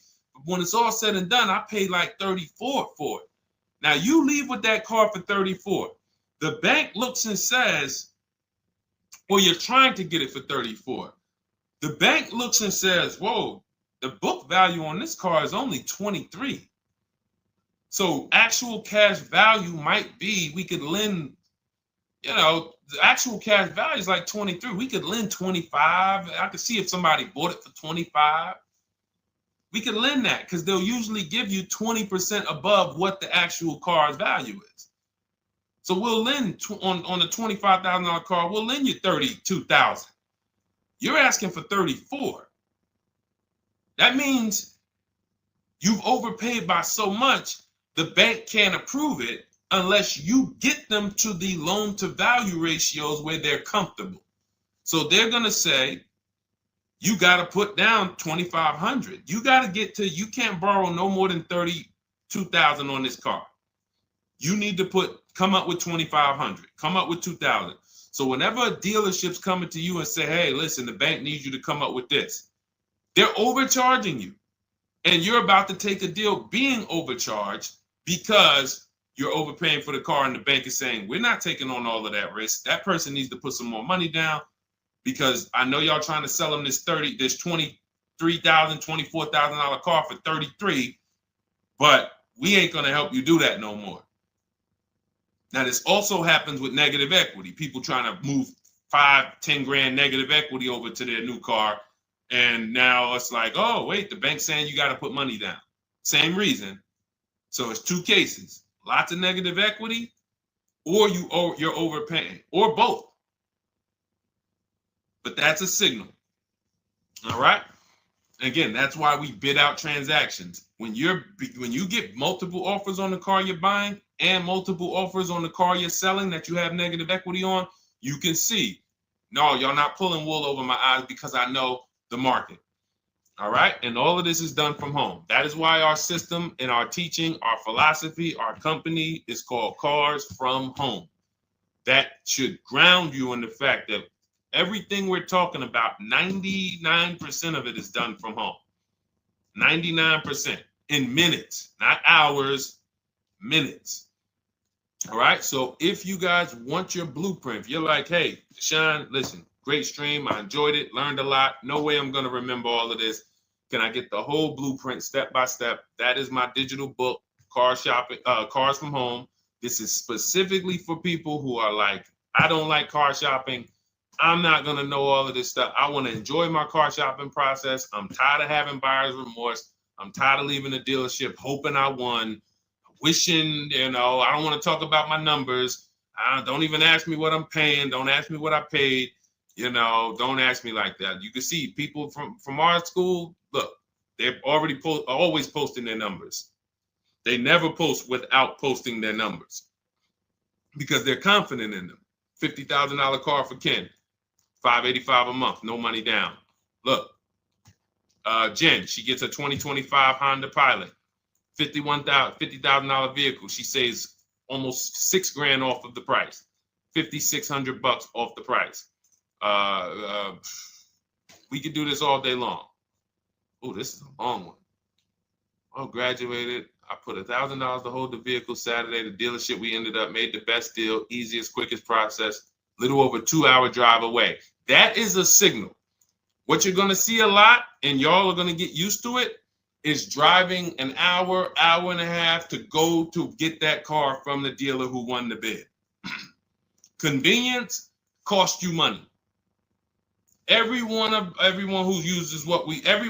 our students, our book readers who use what we teach, they are absolutely prepared to be, oh man, the dealer that won the bid, they're taking off $15,000. Man, they're 2 hours away. That's a nice drive, ain't it? Nice drive. Oh man, I'm driving I never made this much money on a drive before. And then you start to see most of these local dealers, they think they got me because they see my zip code and they're like, well, this person ain't gonna shop. So listen, hit them at this price. They don't realize that that dealership an hour and a half away is like, hey, we got the car. Hey, we'll sell it to you for this. But they never expected you to find them because most people don't find them. So that is the Cars from Home system. It's very simple, 7-step process. I walk you through it. And in my digital book, you'll have all your questions answered because it's a step-by-step process. You literally just do one step, check it off. Next step, check it off. Next step, check it off. By the time you get to step 7, you're setting up your delivery of your car or you're going to pick it up. All right. But it's normally $97. Part of my welcome offer, 30 minutes only. You can go grab a copy for $24, 75% off, and you will have it in your inbox. Make sure as soon as you get your book, you screenshot the thank you page, has my support team's email on there, just in case the book's not in there in the next 10 minutes. Maybe you type your email wrong. Make sure you check your junk and your spam folders. But go grab your copy. You'll have everything that we teach in a step-by-step manner. You'll be able to get cars in 60 minutes, 90 minutes from home, and you'll start to enjoy the car shopping process. All right. You'll be sending me your email just like Marie and Ken and Milligan, all of these people. You'll be sending me your deals. Okay. And for those of you, you have a different learning style, you can look into, you've been seeing us sharing a lot of these Facebook posts from our group. Our Cars from Home Shop with Deshone program is video checklist instead of book checklist. So if you're like, I'd rather have some, 3 to 5 minute videos that I can watch and walk me through the steps, that's our Cars from Home Shop with Deshone program. We have our private Facebook group where you got 1,600 people that have come before you. They're always answering questions. I'm in there 4 or 5 days a week. And then we do 2 coaching calls a month, first and third Wednesday. We actually got one shortly we're going to have. And, you get hands-on guidance. So that's hands-on, and some of you might like us to totally shop for you. That's going to depend on if you qualify. I would rather teach you to fish. The only reason we created Done For You is really for the wealthy people. I don't want you paying us to go shop for you. I would rather teach you to fish. But I know there are people who your time is so valuable, whether it's the money you make per hour. I could show you how to do this in 60, 90 minutes, 2 hours, but you would still say, I'd rather you guys do that. I got money to make. I'd rather be with my family. I want to be doing other stuff. Here, I pay for services that I believe in. That's why we created Cars from Home Done For You. I would much rather all of you learn to fish so that you can do this over and over and over again. Teach your kids, teach your family, teach your cousins, teach your neighbors, so that everyone knows how to do this Cars from Home shopping process. Okay? But if you're in that category, in that class where you're like, Deshone, no, I'm that person, then you book a call with our team and see if we can help you with Cars from Home Done For You. All right, so that's our stream for today. We will be back. Lady V, I talked about the updates. I think you asked that question and then you jumped off the stream. So just watch the replay and you'll see there's new videos coming to day 5. The 25 to 5 process is being updated. So just as soon as you asked that, we talked about that for maybe about 5 minutes on here. I guess you jumped off. But yes, we'll be back tomorrow, Thursday, noon Eastern time. Meet us here with your questions, and we look forward to it. We'll be rebroadcasting this for those who didn't catch the whole show. We'll be replaying this throughout the rest of the day, and I'll see y'all tomorrow. Thank you. Thanks, D.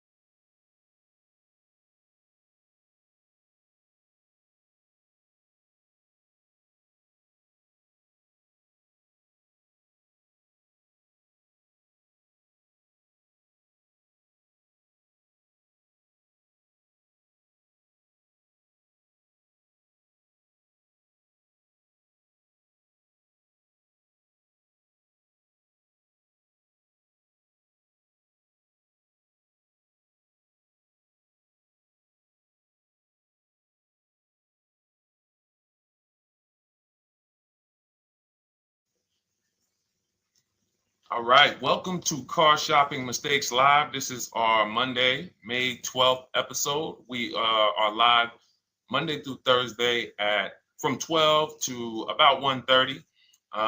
My name is Deshone. I'm known as Deshone the Auto Advisor. And what I do is make sure that people like you never overpay for cars. That's what we've been doing for the last 4 years online. And I spent over 14 years in the auto industry. Worked for General Motors for 5 years, Mercedes-Benz for 5 years, had my own new car brokerage. And now I focus on making sure you have the strategies you need from the inside. So what you're going to see is my perspective is very different, being inside dealers for 14 years. And so you can feel free to start typing your questions. Again, we are live every Monday through Thursday. You can mark your calendar so you don't miss a show at 12 noon Eastern time. And no question is off limits. There's really nothing that I think is going to catch me off guard. So, feel free to start throwing your questions out. First of all, who's shopping for a car? If you're shopping now, or you will be shopping in the next 6 months, type me in the comments. Who's shopping or will be shopping in the next 6 months? Because what you're going to see is you don't want to wait. A big part of what I teach is making sure you're positioned to get great deals, which is not waiting until it's an emergency. Now, sometimes you have an emergency, your car is totaled, your car was stolen, you have less than 30 days with your rental car and you have to get a car. That's different. But we don't want to go into a $30,000, $50,000, $100,000 transaction waiting to the last minute. So who's shopping for a car? Let us know in the chat. Let me know. Hey, yours truly. Great to see you. Great to see you on YouTube. We are live on 4 platforms: YouTube, Instagram, Facebook, and TikTok. So I have my man Dolan, the best moderator in the world, bringing your questions in. So no matter what platform you're on, you can start typing your questions. Now, this whole stream is going to be sponsored by my new digital book. It's called Cars from Home. 7 steps to saving time, money, and avoiding dealerships. It's already 5-star rated. If you look on goodreads.com, thank you to everyone who has reviewed the book. You've sent me your stories. You sent me your testimonials. You sent me your deals.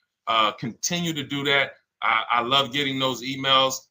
It makes a big difference. People like Marie, she got 13,000 off using the book, using the steps. It's a simple do-it-yourself blueprint to really, really maximizing all the money in your car deals. And you can get a copy for the next 2 hours for 75% off. It's normally $97, but as part of our book launch special, you got your copy for 75% off, $24. So you can go to my TikTok bio, Instagram bio, the YouTube comments, or the Facebook comments. We have a link for you, and you can grab your book. You won't leave the stream.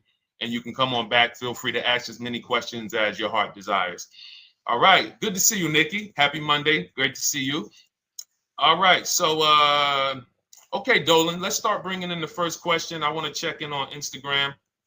And yours truly on YouTube asks, which fees can be negotiated on an offer for a used car? Great question. There's only 3 legitimate fees on every car when you're purchasing it pre-owned. Doc fee. Some people, you'll hear people say, "Oh, doc fees are made up fee." It's a legitimate fee. In fact, when you look on the purchase order, which is that long form after you get your car, you'll see it's oftentimes it's printed on there. So is it all profit for the dealership? Yes, it is, but it also is legitimate. Your DMV fees, plates, license, registration, and your taxes.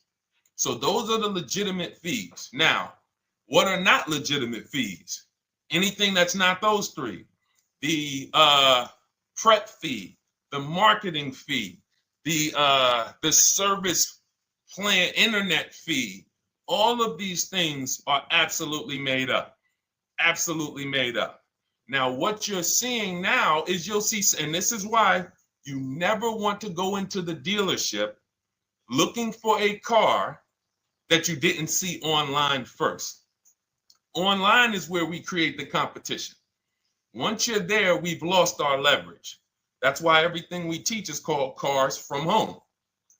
99% of your transaction can and should be done from home, where you can see that fine print, where you can actually you can see the dealers who don't have the fake fees before you get out there and waste your time with the ones who do. So you'll see all types of made up fees. Now, what is also being made up, let's go a little deeper on this, is the people, all right, if I put a mandatory service plan on my car, it's not, there's value there. It's not like the internet fee, which is just a ripoff, or the prep fee, which is just a ripoff. There's a service plan built in. Okay, then we have to determine if there's value there for us. There's a key replacement built in. But here's how I would like you to think, yours truly, and anyone who's in a similar situation. You'll be shocked. Anyone who'll be shopping for a used car, type the letter U. I want to drop a couple things for you to keep in mind and lock in. If you're going to be shopping for a pre-owned car, type the letter U. So yours truly, when we're looking at cars, what we want to do is we want to see. Oh, sorry, hold on. I'm just. Oh, thank you to everyone who shared this broadcast with a friend. I appreciate it. If everyone shares with one friend, we'll change the auto industry in less than a year. So you want to look at, as you're looking online, you want to be able to see the low side of the market for the car you're shopping for. So let me give you an example. Let's say you're shopping for once you have your budget, you want to try to get as new of a car as possible. If you don't see cars in that budget, go 1 year back. I always like to do 100 miles. You don't want to just do this neighborhood shopping, because here's again, as someone who's been in dealerships or who was in dealerships for 14 years, I can never be in dealerships now. No dealership I wouldn't want to work in a dealership, but there's no person who could tell you guys the unfiltered truth and be in a dealership. They're going to get fired. So, but here's what you'll see. The total cost is what matters relative to how much the car was when it was brand new. I don't want you to pay attention to what they're offering the car for, because that is a made up number based on algorithms and market. Who's ever seen somebody, sometimes you're on a website and it'll say, this car it's a fair deal. It's a good deal. It's a great deal. Who's seen that? That's based on an algorithm. It doesn't actually, it's not real value. Here's what's real value. Let's say you're looking at 4 Honda Pilots. They're asking $22,000 for one, $23,000 for the other, $24,000 for the other, $25,000 for the other. So 22, 23, 24, 25, right? Now you're looking and you're like, well, these cars look a little similar. You know, this one, what's the best deal? Once you get the new window sticker of that Honda Pilot, you'll see one of these Honda Pilots was $45,000 when it was new. This other one was $46,000 when it was new. But this other one was $53,000 when it was brand new. And that's the one that's actually giving me the biggest discount. That's the value. Without knowing the original price of that car, we can't determine what value we're getting in the price they're offering us. And when we don't do this, we make this mistake. We end up doing what some people did during the pandemic. They paid the same price for pre-owned cars as they were when they were new. Everyone didn't do that, but a lot of people did because they thought this was my only option. There were people who paid $27,000 for a Toyota Camry that was brand new, $28,000.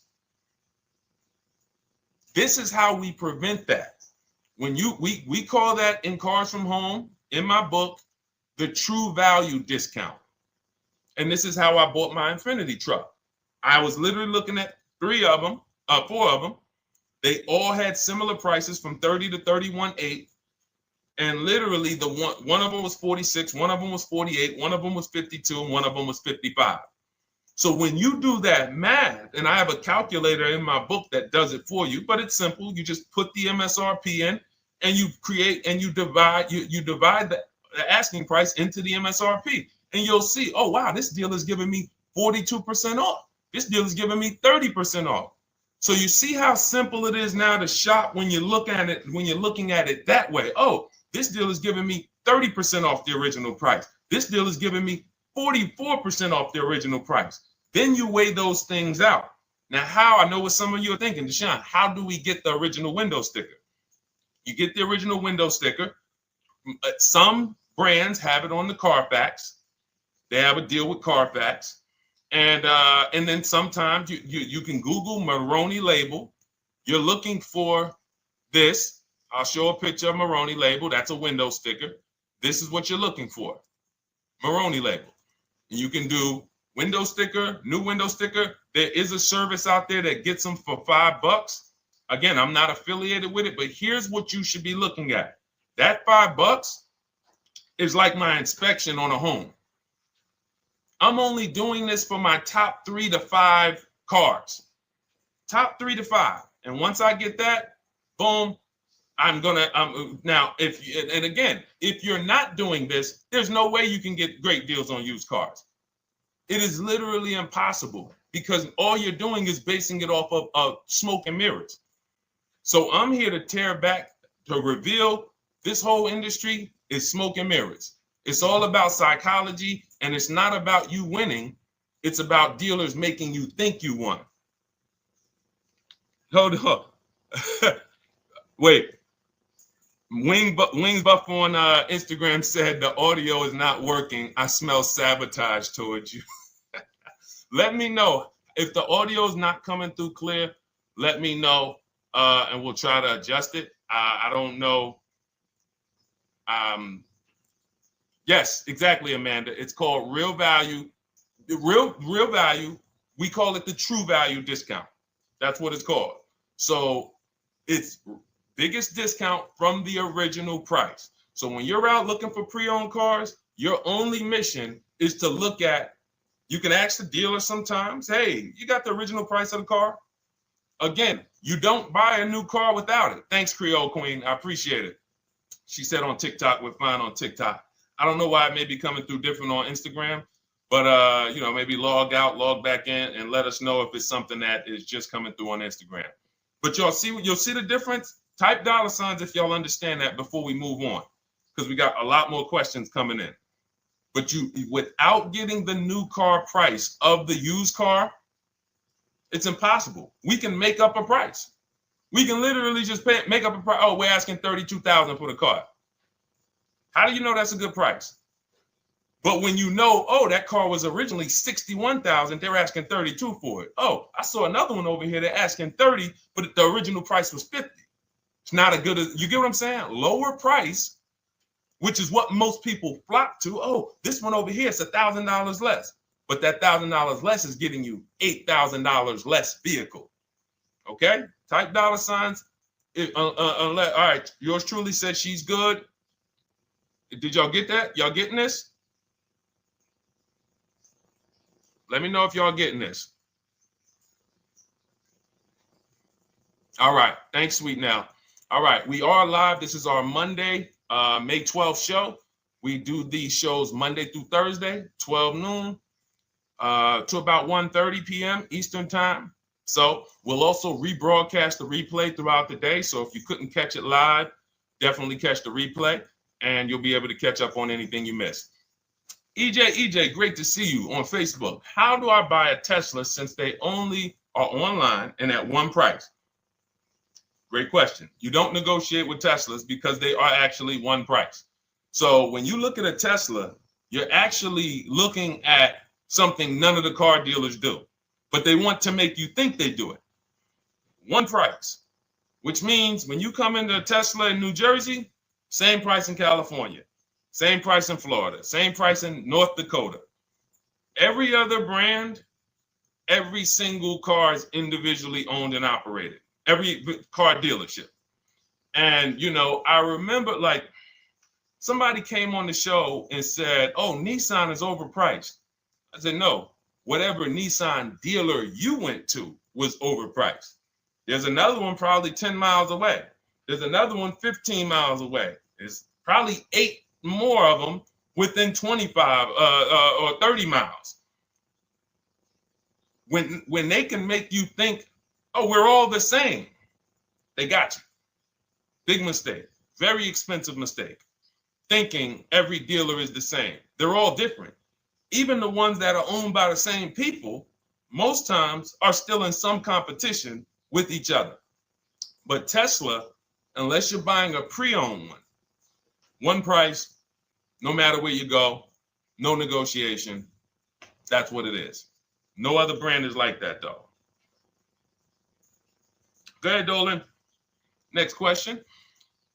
Good to see you, Nia. Good to see you, Chantel Davis. Vanessa, good to see you, Maze of Empathy. Jonas checking in on TikTok. Great to see everybody checking in. Yes, exactly.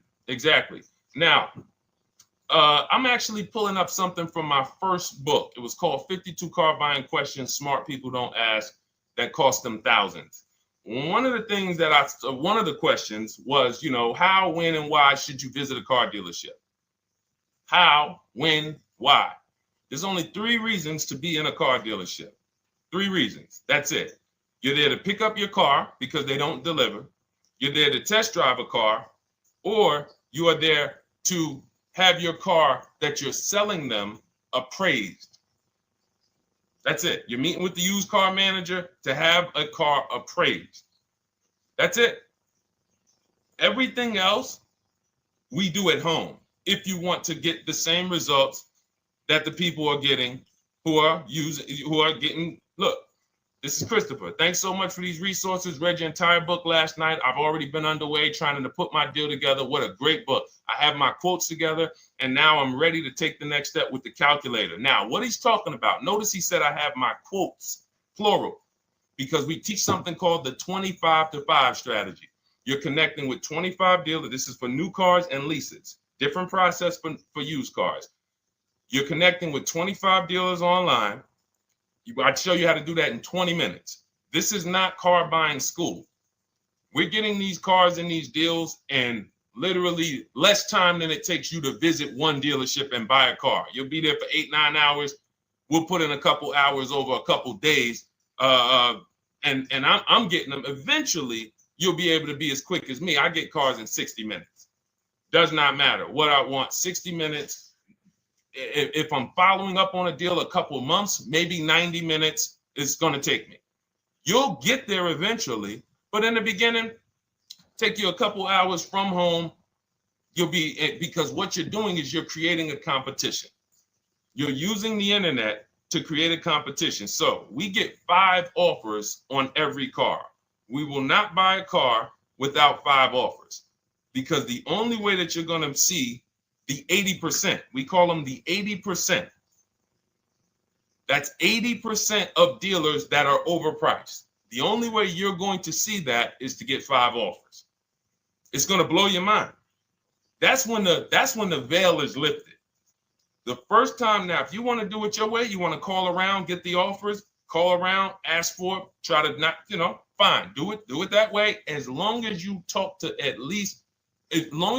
enough dealers to get 5 offers, because then you're going to see, whoa, they've been playing me.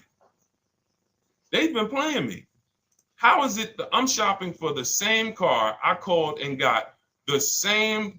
I called on this Hyundai Sonata. One dealer's telling me it's $480 a month. One dealer's telling me it's $450 a month. One dealer's telling me it's $420. One dealer's telling me it's $375. Another dealer's telling me it's $340. That's when you know you did it right. So and here's how you know you've done it right. If you don't see a $3,000 to $5,000 spread from your best offer, which we call the 20% dealers, to the worst offer, you didn't shop correctly. We have people all around the country, We've been helping people since 2021.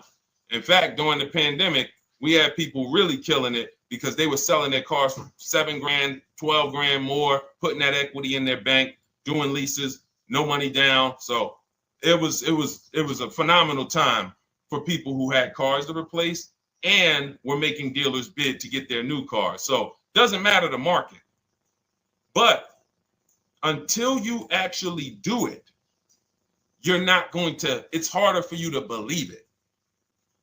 You get what I'm saying? It's harder for you to believe, wait, you mean 8 out of 10 dealers are overpriced? 8 out of 10. That's why you must get 5 offers for you to see, wow. My highest offer is $200 a month more, and that's my local dealer. That's the dealer that's 20 minutes away, because oftentimes some of your closest dealers, when they see your zip code, they'll be like, oh, this person is not going to shop us. Let's give them this offer. It's that dealer that's 45 minutes away, an hour away, when they get your notification on their website and they're like, whoa, okay, this is a person in our competitor's market. Let's take this deal from our competitor. It's going to blow your mind. And then it'll be changed. Right now, you're just being exposed to the information. And the same thing on used cars. The best value used cars are $3,000 to $5,000 less than the highest price used cars. It's just what it is, because 80% of dealers are going to, even when they say it's their best deal. Who's had a dealer say that to them? That's our best deal. That's the best deal we can do. Listen, that's the best deal we can do. Who's had that? Raise your hand. Who's in their car buying purchase, in their shopping, has heard a dealer at any time say, hey, that's it. That's the best deal we got, right? They're not lying. They're just not going to do, they'd rather you leave and they'll sell the car to someone else. Because they're like, we're not going lower than this. But here's the thing, their competition will. That's their best offer. It's not their competition's best offer. So it's very important to understand that. Okay? All right, let's go, Dolan. Let's keep it going. Next question. Oh, good day. I'm glad you got the book, EJ. Use it. Win. Send me your success stories. Continue to just follow it step by step. Ask yourself, what step am I on? It's like a checklist. Boom, that step's done. Go to the next one. Boom, check. Go to the next one. Hey, I'm looking for a car right now. I have 7 to 10 grand. Which way should I go? Well, I mean, if that's your budget, you probably can look for, and this is not what I teach, but I do have we call this a smart car. It's not that type of smart car. The little one stands for saving money at the right time. And if I got 7 to 10, what I'm looking for, I'm on Facebook. I'm looking for something. See, and this depends on what you need. See, needs, you pay for 5 things in a car. You pay for 5 things. Remember this. Size. So anyone who's like, oh man, I need to save money. Here's what and let me actually tell you why I want you to know this. When I was in Mercedes-Benz, right? We had people come in. I remember a woman came in. She's like, okay, I got kids. I need the one with the 3 rows. All right. So she needed the one with the 3 rows. We go through it. We pick it out. Once we get her a price on it, it's way outside of her budget. Now, here's what she says. Oh, what about the one, the 2-row one? Now, my question to her, because I'm an advisor, even when I was a car salesperson, I was still, and my brand was Mr. Mercedes. So the people who are in New Jersey, I created the Mr. Mercedes brand. And I said, didn't you tell me you had kids and you needed the 3rd row? She said, oh, yeah. So I said, why are we even discussing a 2-row vehicle then? She's like, yeah, no, you're right. I'm like, this is just not the vehicle for you. And that's okay. But the worst thing you can do is to go smaller than you need on a vehicle, because now you're not gonna like the vehicle in literally the vehicle's not functional for you. So size is very important. That's why I created something called the smart sacrifices. When the budget starts to get tight, You have to know, what can I take out? So size, amenities. Amenities is, do I need the leather? Do I need the navigation? Do I need the sunroof? Do I need the big sunroof? Do I need the wheels, the fancy wheels? These are amenities. You got power. You pay for power. Do I need the engine? Do I need the bigger engine? Can I go with the standard engine? And then here's where the money starts to really go high. Class. So you look at Chevrolet, Honda, Toyota. Okay, that's class. You go to the next class, you're looking at, let's go Infiniti, Acura, Lincoln, Genesis. These are the next class, which means you can have a vehicle, same size, same amenities. It's 10,000, 15,000 more, different class. Then we go, and of course you have Mercedes, BMW, Jaguars, somewhere in between, Lexus. These are going up in class. So, and then the last thing you pay for, which is really expensive, is exclusivity. So when you have a vehicle, oh, no one else has this vehicle, you're going to pay for that. You can have a super small vehicle. It doesn't have a lot of features, but no one has it. It's a ton of money. So as you're looking at your car with a $7,000 to $10,000 budget, you got to ask yourself, what can I take out? And I say, don't let it be size. Go with the smallest vehicle that will suit your needs, and then get the lowest number of amenities that'll suit your needs, the lowest amount of power, and then you look for the most recent vehicle. And I would look for something. Let's just say, for example, someone's looking at a Mazda 3. It's a $25,000 vehicle, brand new. I don't need the leather. I don't need the fancy stuff. I don't need a big bunch of power. I could probably find one for 10 grand that's not too old, maybe about 5-6 years old, if I'm looking correctly. But you have to know what you can live without, because if you go and do what most people do, most people are not going to listen to what I'm saying. They're going to go out and they're going to buy a big SUV with leather and all the features, and then they're going to get a 9-year-old one with no warranty because there's just no discipline there. See, the things I'm talking about, the disciplined people, the people who are financially astute, who's like, Deshone, I never knew that car buying was this serious. How, like, I'm overspending by $5 grand every car, a minimum. There's no way that you're not. So these things weren't taught to you. None of us were taught how to buy a car. We were literally indoctrinated into, this is how you get cars, ladies and gentlemen. And who indoctrinated us into that? The auto industry. The auto industry. No one told us, oh, create competition, shop for cars like you shop for other things online. There is an internet, no one taught us that.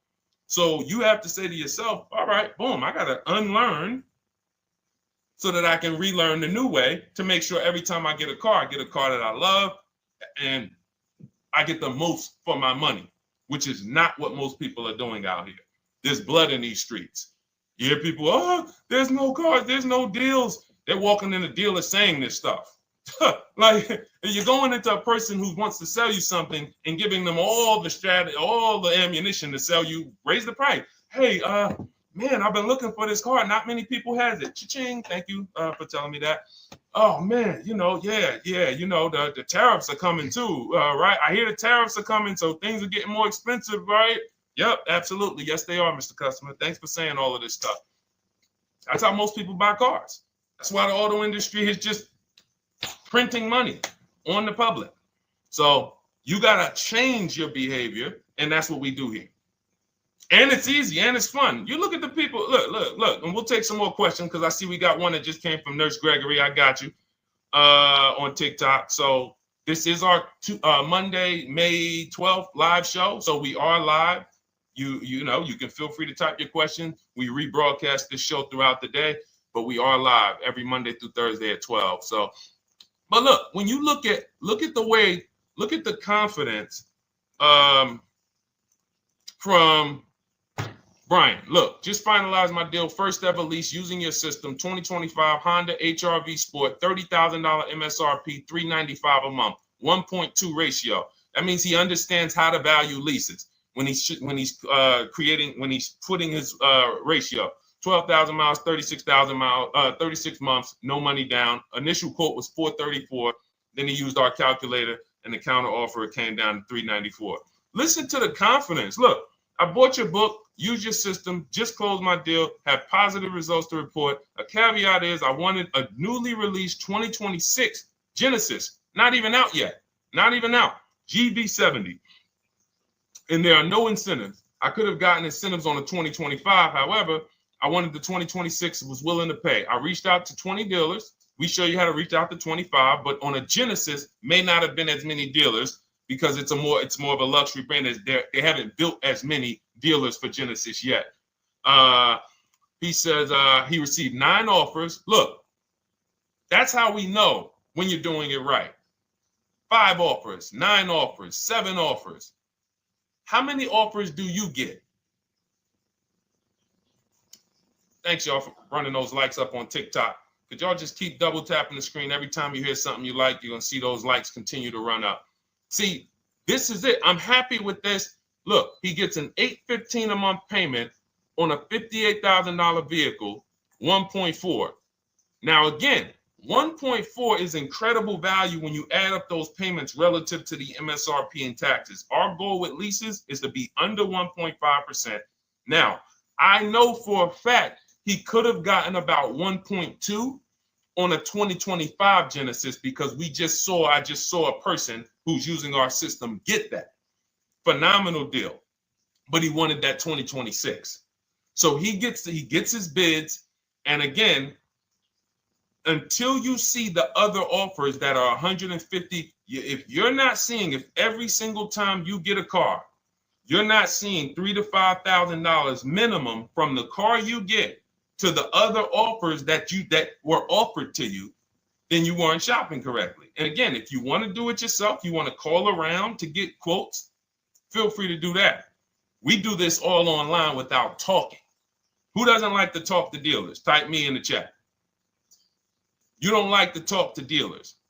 So the people who are using our stuff, they're not going in trying to remember, oh, I'm in the dealership now. Let me say, what did Deshone tell me to say? All right. Oh, man, I'm not supposed to tell them about my trade-in. That's old 2005 stuff that car dealers been on. We've been knew about that stuff, that you were holding your trade-in till the end. That's why we're going to ask you questions that you're not really ready for. Hey, Paul. Hey, good to see you, Paul. Thanks for jumping in, coming in today. The car you drove up in, whose car is that? That's what you've been driving for a couple of years? Yeah, okay, yeah, that's yours. Okay, perfect. So we are already trained to ask you questions that we're going to get the information. So the only way, I'm not training you to go in and do battle and negotiate with someone who negotiates 3 times a day, 5 days a week. When you step back, start making dealers negotiate with themselves. That's what bidding is. You're going to see, whoa, it's easier to save money from home than it ever was going into a dealership. All right. Good to see you, Jamel, on YouTube checking in. Good to see you, Paul, on Facebook checking in. We are live on Facebook, Instagram, YouTube, and TikTok. And for those who, hold on, let me see. Do I got any sharers? Who shared the broadcast? Raise your hand so far. Raise your hand so far if you shared the broadcast with a friend or if you hit the share button. Nurse Gregory? All right, Nurse Gregory, send me a DM. You got a free copy of my book. Let's see. That's it. I don't think we have any. No, if you share now, it's too late. So I wanted, let me see. Because Nurse Gregory, you have been on the show for a little minute. See, I do that stuff every now and then. I do that stuff every now and then. That's why when I ask you guys, like, to help me get this message out so we can help more people, you never know when I'm going to just say, you know what? You got a free copy of the book. So, I ask you guys to continue to share this broadcast so that we can help more people. Like, this is not about, because follow me. until most of the country is actually shopping from home, it makes our job shopping from home a little bit harder, because literally dealers know on a weekend, they come to us on Friday, hey, how many appointments we got? We got 200. 200 over the weekend. So they expect you guys to walk in. So until that goes from 200 to 100, and they're like, whoa, what's going on here? Whoa, people are not really walking in anymore. We're getting half the appointments. Oh, wait, what's going on? We only have 50 appointments. Memorial Day weekend, we got 100. We're normally at 300 appointments over a Memorial Day weekend. So until we start doing this collectively, it's hurting. It makes all of our jobs a little bit harder. So that's why I appreciate the people who share the broadcast. Yep, send me a DM. Okay, so let's go. We got more questions coming in, so pull them up, Dolan. Let's go. And this whole stream is sponsored by my new digital book. It's called Cars from Home: 7 Steps to Saving Time, Money, and Avoiding Dealerships. It's already 5-star rated. And, I'm reading a couple of the testimonials. Thank you to the people on Goodreads who reviewed that book. Thank you so much. And it's normally $97, but as part of our welcome offer, you can get yours for $24. That's 75% off. You can go to my TikTok bio. It's only for 2 hours. So once that 2-hour timer goes to zero, price does go back up to $97. So head to my TikTok bio, the Instagram bio, YouTube comments, or the Facebook comments. Grab yours for $24. Save you 75%, and just use it. It's a step-by-step blueprint checklist to dominating the car market. Okay? And someone remind me to talk about the 3 pillars of great car deals before I end the show. Please, the 3 pillars of great car deals. We got about another 45 minutes, but remind me before we end the show. If you don't operate with the 3 pillars, there's no way you can get a great car deal. And I know this sounds like bad news, but I can't get you the good news. I'm like a financial doctor. And we have financial cancer when it comes to cars. So it's not a pleasant thing, but we can get you to the other side. You're losing a ton of money. You're losing equity. You don't even know you can sell cars without the title that you haven't paid off yet. You don't know you can sell leases. All of this stuff is costing you thousands and thousands of dollars, but we can get you to the other side. Third, so nowadays, it's always better to just buy new, especially if you plan on keeping the car long term. No, absolutely not. If I'm keeping the car long term, there's something. So step 1 in our book is called the 8-year rule. It's the 8-year rule. Who's always wanted to know what's better, buying or leasing? Type me if you've always been like, Deshone, I hear about buying, I hear about leasing. When is it better? When is it better to buy? When is it better to lease? Who's had that question? We have an anchor called the 8-year rule, which answers the question. The next car you're buying, how many years are you planning to keep it? Type it in the chat. We had a bunch of people that said they'll be shopping. The next car you're going to be purchasing, how many years do you plan to keep it? Okay, Nurse Gregory, I see 5. Okay, let's get some more answers. How many years do you plan on keeping the next car you are going to purchase? 2 to 3 years, Jamel Singletary. Perfect. Good to see you, Jamel. Rain King Leo on Instagram, 2 to 4 years. Perfect. Okay. Paul on Facebook says as long as possible. You got to go with a year. See, that's the reason why. See, the longest possible, well, give me a year, a number of years, because you're going to see people be like, oh, I plan on keeping that car, and I didn't do the research to even find out that the car wouldn't last that long. So, I'm not going to buy certain cars planning to keep them as long as possible, because it says literally around 100,000 miles, I'm going to start having problems with them. So if I buy them pre-owned, then I get to 80,000 miles. I mean, car starts having, so we need years. Mel Nelson on Facebook, 9. Paul, I see you, 10. Okay, Danielle Rosario on YouTube, 5 at least. So check this out. Roashu, I'm sorry, I probably butchered your name, on Instagram, 6. All right, DJ Ant Nice on TikTok, 6. Okay, 8-year rule says If your answer to that question was 8 years or longer, you should be shopping for a purchase, new or pre-owned, depending on your budget. Now, if your answer was less than 8, then you should be shopping for a lease. Both of these things come with caveats. Below market. Not these lease deals you see on commercials. Those are not lease deals. I don't even call them deals. None of those prices, as you guys see me share the leases that my students get all around the country and the people who read my book, you're going to be like, wait a minute. Those don't sound anything like the prices I see on the commercials. They're not. We get below market leases. And most of the time with no money down. We always shop with no money down. On a purchase, you need a below market purchase. Again, you should see $3,000 to $5,000 above on other cars that you didn't buy. So the car you got, whether you're purchasing it or leasing it, it should be $3,000 to $5,000 below the other offers that you've seen, the other cars that you've seen online. So when we look and say, do we go new or pre-owned? And I know some of you got shocked with who was taught never lease a car. Like when I just said the 8-year rule, and I said, hey, all of you who your answer, Jamel, 2 to 3, you should be shopping for a below market lease. Dario, YouTube, you should be shopping for a below market lease. Madison, Marv on Instagram, below market lease. Yep. Rain, you've had your car for 3 years. You're already debating getting rid of it. You should be shopping for a below market lease. Yep. Nurse Gregory, below market lease. DJ Ant Nice, below market lease. We'll talk about that in a little bit. You can ask why. But raise your, if you were taught never get a lease, never lease a car, let us know in the chat and we'll handle that. But I want to answer the rest of this question because he asked, is it always better to buy new? So if his answer, for those of you who said, I'm keeping more than 8 years, I'm not breaking the 8-year rule, I'm shopping, don't think about leasing. You're keeping at least 8 years, leasing should not even be in your vocabulary.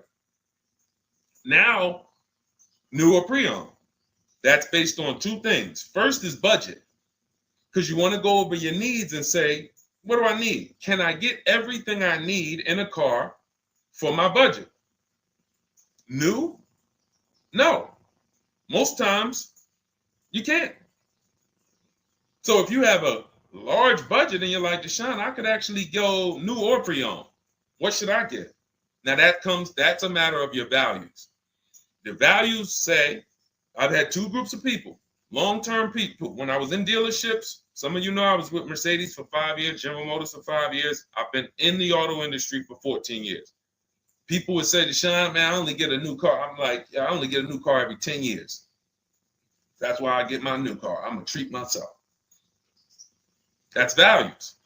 Now, some people say, well, I could afford both, but you know what? I want to knock 20, 30, 40% off the price. That's values. So it's a matter of your values. If you can afford both. But no, there's no one-size-fits-all formula. That's what got you guys in trouble. That's where you get in trouble at. Listening to people online and say, all of you should do this. All of you who's heard people say, this is the funniest thing in the world to me. Who's heard people say some teachers, car gurus who've only bought 30 cars in their life, they think they're a guru. Who's heard them say, never buy a new car? No one should ever buy a new car ever. Who's heard that? Who's heard that?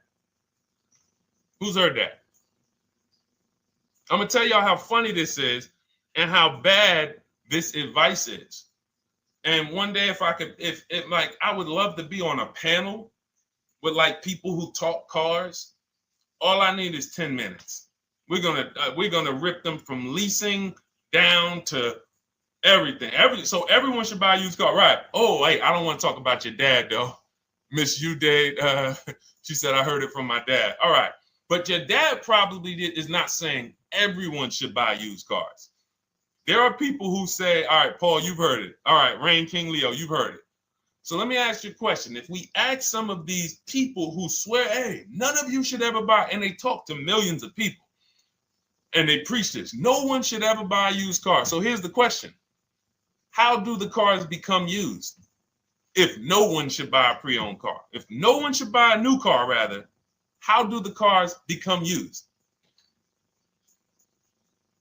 So let's just say you could snap your fingers. So if you had it your way, no one would buy a used car. No one would ever buy a used car, ever.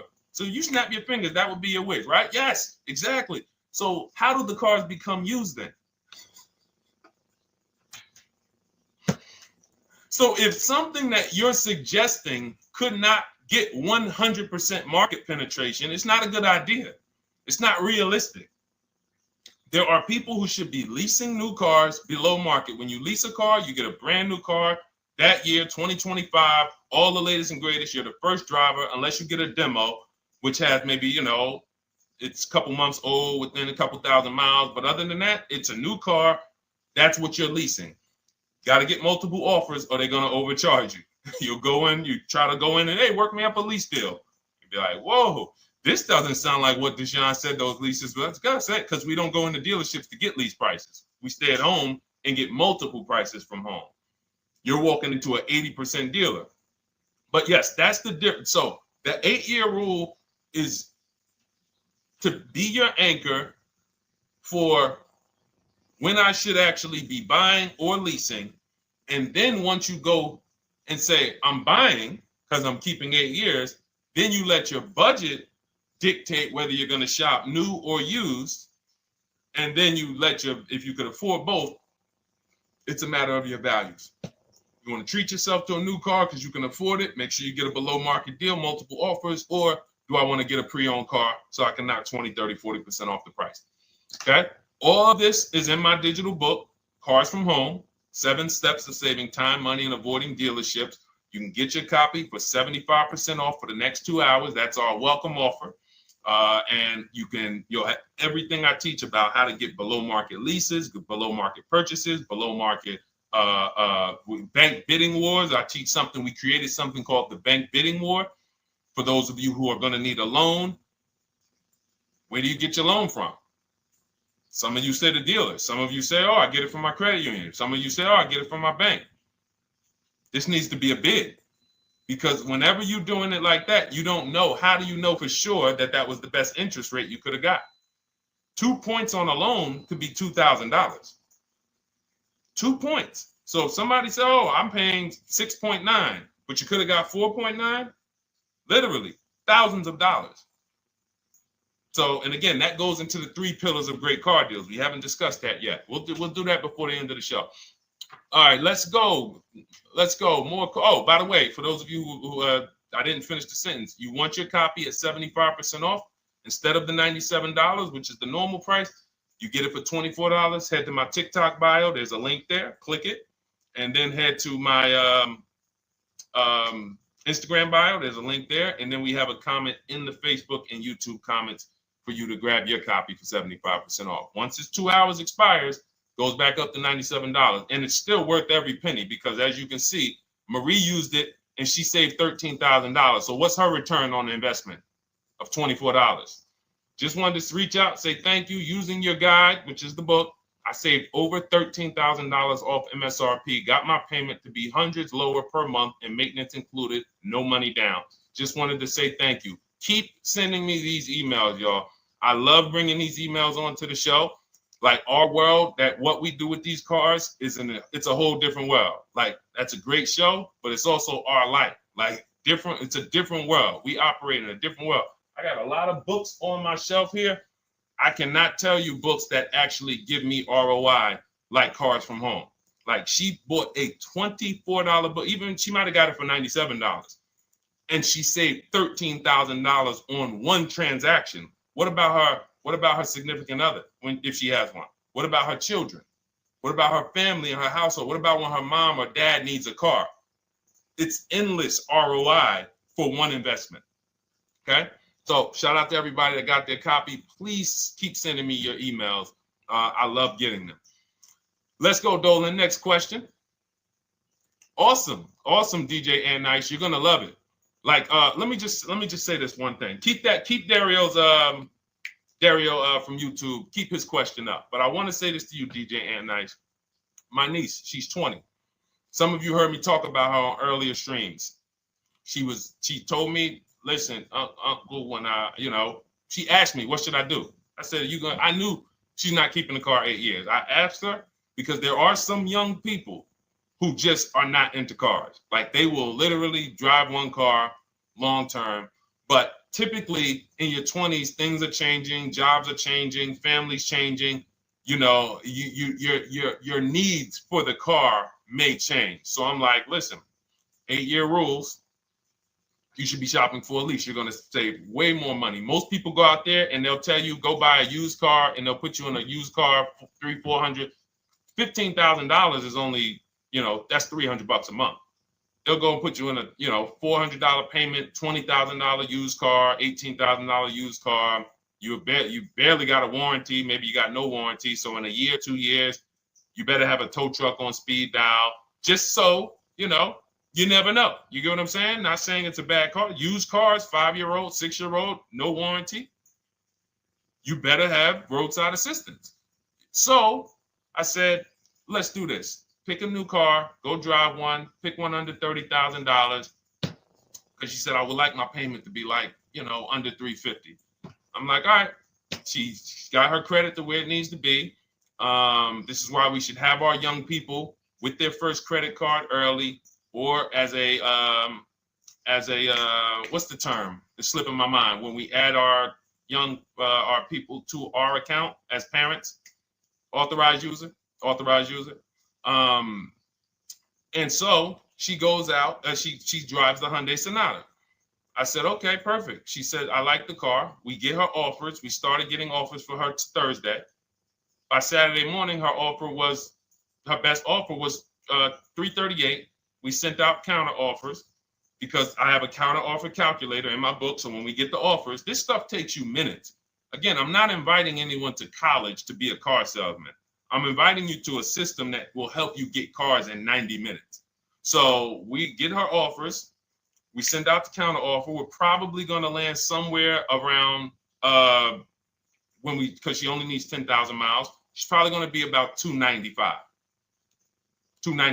Brand new car, 2025, $26,000 car. And so compare that. You get what I'm saying? So when you say DJ, and that was my experience. When I worked for General Motors, I went and leased my Pontiac. My boss is the one who showed me how to do it. I didn't even understand leasing. I was 22. He said, listen, even though I was selling leases, I was just a number. Most car salesmen are this. Y'all, this sound familiar? All right. That's what you want, sir? You like the car? Is this the color? Okay. Let me go get the numbers from my manager. You get what I'm saying? They don't understand the numbers, and that's how I was at 22. I didn't understand the numbers until I got hired at Ray Katina, and Ray Katina, all his salespeople are finance managers too. So that's where I learned the numbers. But before that, I didn't know how this thing worked. But anyway, I'm leasing my first car, $256 a month, Pontiac G6. Brand new car. My other friends out here, they driving other cars, $400, $500 payments. Used cars. So you're going to love it. Like the money is it stays in your bank account, which is our goal. All right. Dario, let's get to you, my man. I'm about to finance my first car at 23 years old with a 769 credit score. Wow. I guess I should have read that question before I just went off on that whole story about my niece and everything. Let's look at Dario's answer to the 8-year rule. Dario, did you answer the question? Dario, how many years are you going to keep this? 5 at least. This is the part. This is the part where I don't know what to do. You get what I'm saying? Help me out here. Y'all get what I'm saying? Like there are times where I literally don't know what to do with this. Everybody, we talked about the 8-year rule, right? We went deep on the 8-year rule. I asked everybody I said, how many years are you keeping your next car? Everybody tapped in 10, 8, 9, 7, 5, 3, 2. I said, okay. Step one is the leasing versus buying question. What's going to save me more money? If you are not keeping your car 8 years, you are absolutely overspending by not getting a below market lease. Then, which I didn't even count on, DJ Ant Nice comes and says, hey, man, you talked me into getting this lease because I want to save the most money possible, and I'm not keeping the car 8 years. Then I walk you through a scenario where my niece, her first car, she's 20, she's about to lease a brand new Hyundai Sonata, and her payment's going to be $295 a month. Add that up, $295 a month for 3 years, $295 a month times 36 is $10,620. That is her payments over 3 years.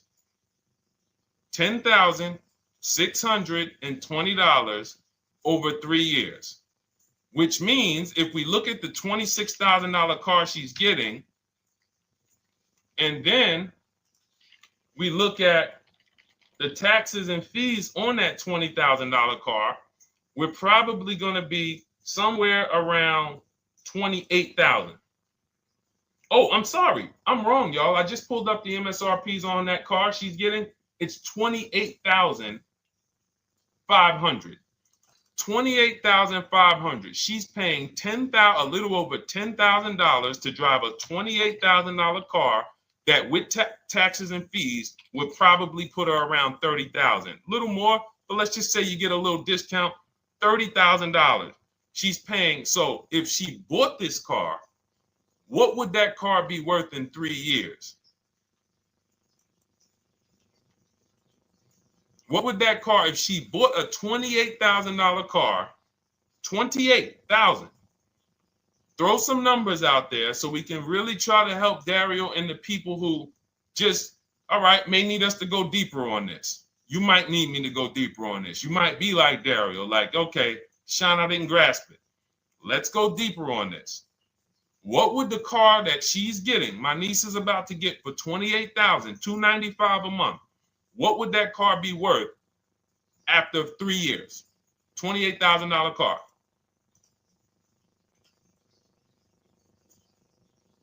KJ Wonder, it's in the bio. Just click that link in the bio and you'll see a link that says $24 welcome special. Go grab it and come on back to the stream.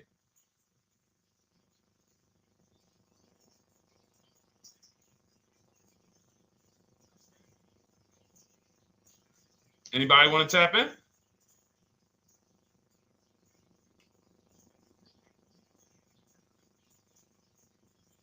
Thank you, DJ and Nice.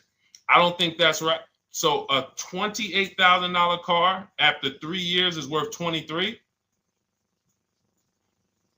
No. That's not after 3 years. That's probably like 1 year. After 1 year, it'll probably be worth 23. 15K depending on the brand. Paul, I think you're gonna lose more than. I don't know one car that sometimes like I don't know one car that depreciates $8,000 in 3 years. So I'm a conservative person when it comes to my numbers. That car is like, let's be real here. You don't buy a Hyundai Sonata, come back in 3 years, you paid $28,000 for it, come back in 3 years and they give you 20 for it.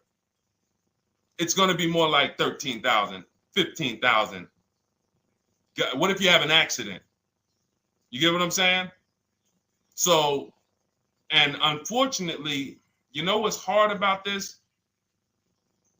The only people who really understand depreciation and how much cars lose value are people who pay cash.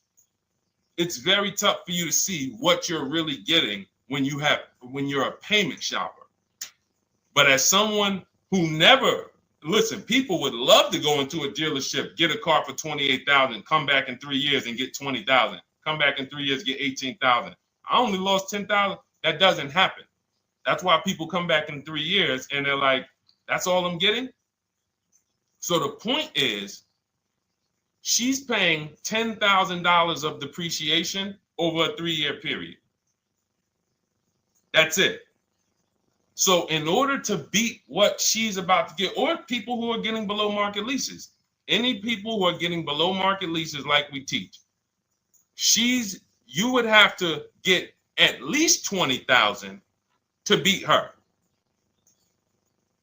You would have to get at least, because she's only spending $10,000 over 3 years.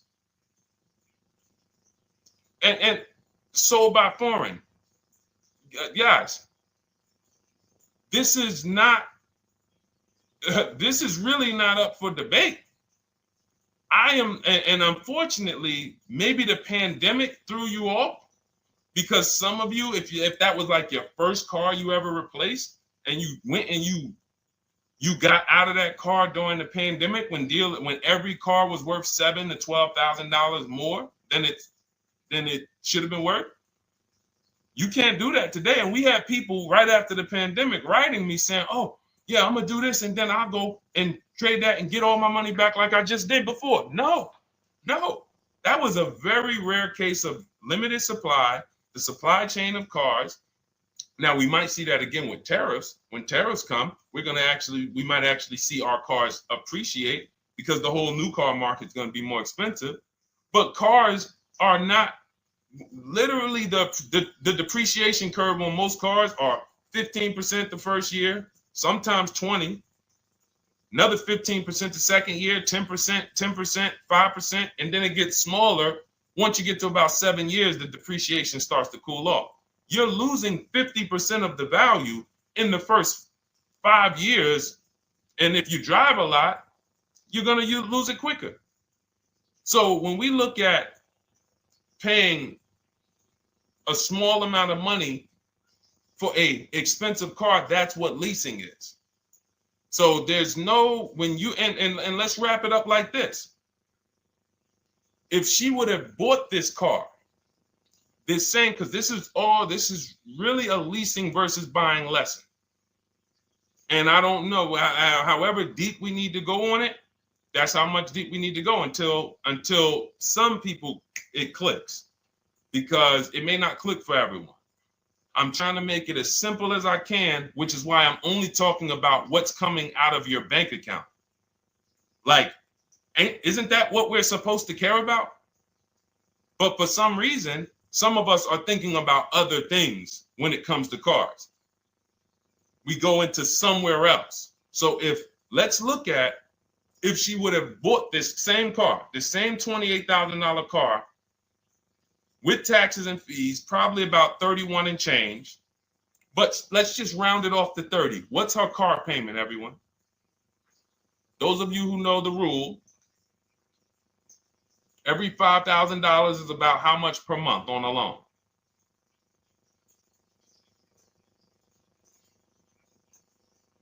Every $5,000 is about how much on a loan?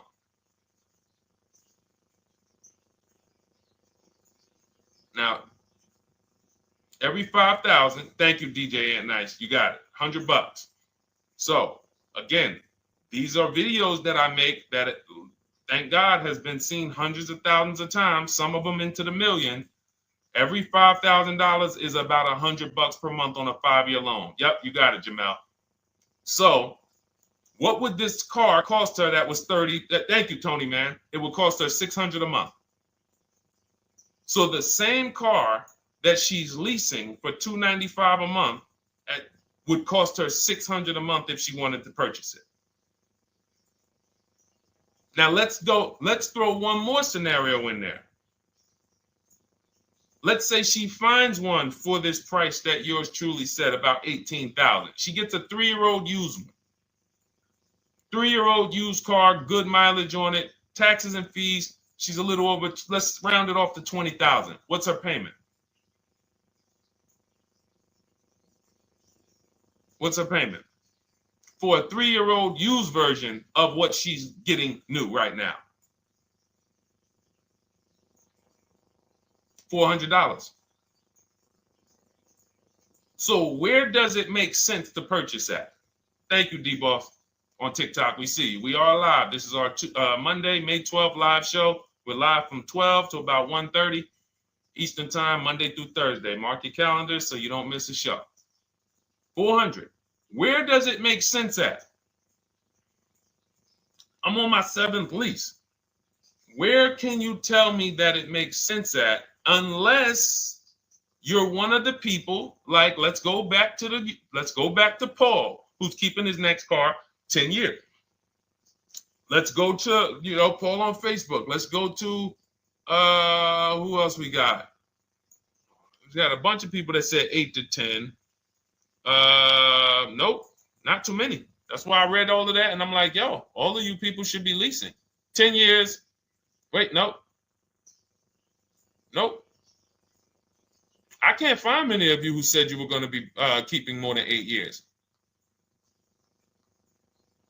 So where does it make sense at? That's 3 scenarios where we took the same exact car that she's about to get for $295 a month, brand new 2025. We said, okay, if she got the same deal on that new car, she'd be paying $600 a month for 5 years. If she took it for a 6-year loan, she'd probably get her payment down to $500, but that's for 6 years. And again, she's not keeping the car that long. So when she goes to replace it, she's probably going to have negative equity in 3 years, like most people. Come back, every single car transaction you do, oh, I'm replacing it. Oh, you got negative equity. Oh, dang, how? This is how. And then we took another scenario of her buying a pre-owned one, and her payment on a 3-year-old one with 1 year left of warranty is higher than her payment on the new one. Where does it make sense? Thank you, Tony, man. It doesn't. It doesn't. Listen, depends on the interest rate and the length of the loan. We always, this is an average interest rate. So it's not going to be, your interest rate isn't moving you from from every $5,000 on a loan being $100 a month to every $5,000 on a loan being, $50 a month. No, it's not the way it works. Good interest rate, maybe every $5,000 is $90, 85 tops. It's not 50, to the point where, and this is how people get in trouble. That's why our people don't get in trouble, because they don't go in looking at a $20,000 or $30,000 car saying, oh man, I'm gonna get that to $400 a month with no money down. Yeah, you'll get it $400 a month with no money down. Your loan's gonna be 96 months. So when we have these boundaries, this is how we move. We're not even talking about the bidding process. We're talking about the bidding process is how we get the dealers to give us the best prices. Right now, what we're talking about is structuring our deals. Because if you go out and you get a great deal on a purchase, but you should have leased, you got a bad deal. You got a bad deal. If you go out and you get a great deal on a purchase, let's just say she gets $5,000 off this car. So instead of 30, she purchased it, she got them to knock off $5,000. Her payment still, instead of $30,000, it's $25,500 a month. Thank you, Just Enjoy, appreciate it. It's fine. So a great deal on a purchase, when you are not keeping the car 8 years, is a bad deal, because it cannot compare to if you had gotten a below market lease. It just doesn't compare. That's why I'm showing you these numbers. I'm a math person. I was in calculus as a junior. I love math. And my goal is to try to make the math simple by just showing y'all, hey, here's 3 scenarios: new car, used car, lease. Here are the numbers: $600 a month, $400 a month for the used car, $295 a month for the lease. But we say we want to save money. We say, oh man, things are getting more expensive. Money's important. But we're still letting old mindsets make us do things that don't serve us, because we were taught that, even though it makes no financial sense. So the hardest thing that I have to do is get you to unlearn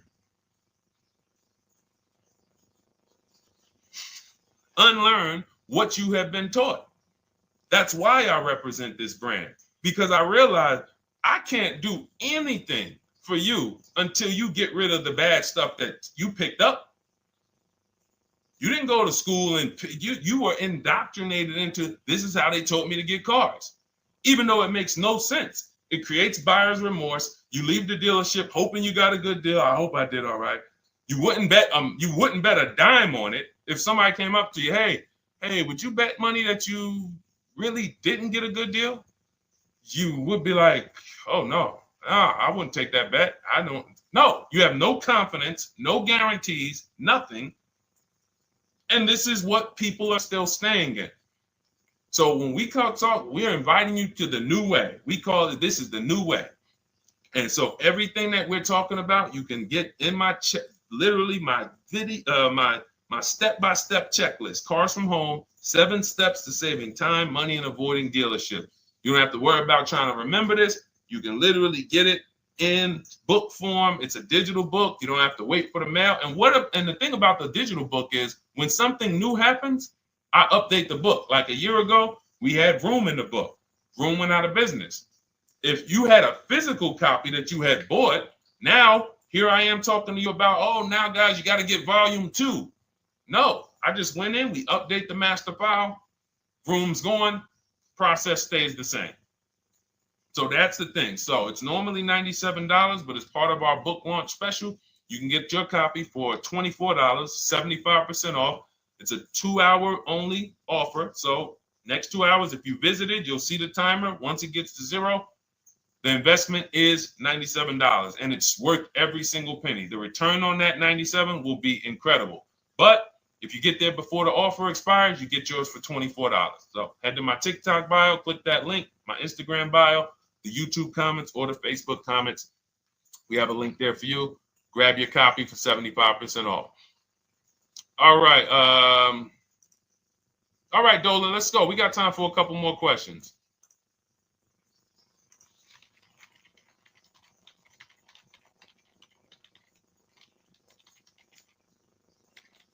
Okay, I'm shopping for a 2018 to 2019 Platinum Escalade. Should I buy in town, or what do you feel about delivery charges from out of town? I would compare. So it goes back to what we started talking about on in the show when we first started. Total. This is why you need to know the original price. So when you know the original price, what you're looking at, and this is everyone who's shopping for a used car. Without knowing the original price, you're just grabbing at straws. You're buying based on made-up prices. You don't know. How do I know he's asking $65,000 for it? How do we know that's a good price? You don't. Buyer's remorse prone. Zero confidence in what you pay. But when we know the new price, oh, the original price of this one was $102,000. Original price of this one was $110,000. Original price of this one was $90,000. And when we get into more expensive cars, the losses become way more. To whom much is given, much is also required. So the losses on 80, 90,000, 200 Bentleys, Rolls Royces, the losses become multiplied dramatically. So if we knew, okay, this one was originally $102,000, they're offering this for $60,000. Oh man, they're giving me, 50, they're giving me 45% off.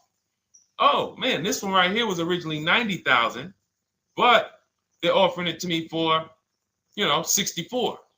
Well, they're only giving me 30% off. So you'll look, without knowing the original price, you're buying the wrong car because you're not buying based on value. You're buying based on made up prices. We think this is a good price in the market, but what is the discount off the new vehicle? That's the only thing. And then you use that and you say, okay, well, this one's giving me 45% off. It has 29,000 miles. This one's giving me 30% off. It only has 15,000 miles, and you can judge more accurately. You can judge accurately when you know real discounts versus nothing. So we must know how to get the new price. I mentioned it. Some brands have a agreement with Carfax. You can get it on the Carfax. Some brands have and some brands you can go to Google and Google the window sticker or the Maroni label, and you can get it that way. And then you'll see some companies that may sell it. But again, I'm never buying a used car without knowing the original price. And anyone who's listening to me and using the Cars from Home system, none of these people, Christy, look, none of these people, Milligan, Courtney, Melissa, Sheree, Ken, none of these people are buying a used car without knowing the price, the original price. That's how they get you. So when we look at what the price is with delivery, we're just factoring that in to the overall. So with the delivery, I'm still getting 42% off the original price. With the delivery, I'm still getting, so you factor all in cost compared to the original MSRP, and that tells you what the good deal is or what is not the good deal. And many of you, you're gonna see, whoa, I've been buying used cars that really don't have, because you're gonna pass on a lot of cars. Once you actually start using what we teach, it's an elimination system. It's a sorting process. We weed out the garbage. So a lot of the cars that you would have normally gotten thinking it was the good deal, you're gonna see, whoa, if I didn't know this, I would have got that car, because that car is $2,000 less money online. But when I got the original MSRP, I see that this car has $20,000 more equipment in it. MSRP of this car was 105. MSRP of this car is 85. Whoa. And it might not be that dramatic, but sometimes especially on some luxury cars, it will be. It'll be that different. So this is how we gauge value. So when we pull off in the dealership, you see people, they send their numbers. You're going to be quick to write me. Man, I can't wait to write Deshone and tell him about this. I can't wait. Man, you're going to be just like all these other people, all these people we show. Rosalie, I can't wait to write him because I am confident in my deal now. Like, whoa, bro, I just got a used car. I got 48% off the original price. Man, confidence. Would you bet money that you couldn't have got a better? No, yeah, I bet money, man. I did my research, man. I stayed at home. I used the internet like you walked me through it. There was no better deal. I had to, and you know how I know? There's a couple signals that I look for. People say, man, I had to drive an hour and a half to pick this thing up. I'm like, I know you did it right. People want that neighborhood dealer to be, oh, that's my dealer. You own it? No. Somebody did that. Hey, yeah, I work out with a guy at the gym. He came up to me one day. He said, yeah, because I went to my dealer the other day. And, they was telling me. So when I hear this, that just literally is like, oh, you own a dealership? Oh, no. I mean, you mean the dealer that sells you cars and services? Yes. Okay. See, it's just these are not our friends. People inviting their car salesmen to their barbecues. Start making them bid. Watch how quick you see Charlie is not coming to the barbecues anymore. You got your car salesman coming to the barbecues with you. Hey, how many cars? Oh man, this is Charlie. Charlie, let me introduce you to my neighbor Jane. Charlie's been selling our family cars for years. Charlie's like, yeah, hey Jane. Yeah, hey, listen, Charlie, how long we known each other? Well, I knew your grandfather first. Yeah, listen, Charlie, hey, watch you start one transaction where Charlie gets a message, your message from online. Hey, this is Nicole Stewart. I'm looking for this car. We have all of these templates in my book too, so you don't even have to think about what you're going to write. You just copy and paste them. Hey, phone's going to be ringing from him. Now, we use a shopping email and a shopping phone number. We never give the dealerships our phone number. We don't want dealerships coming to our personal phone number. We use a Google Voice and we create a brand new Gmail.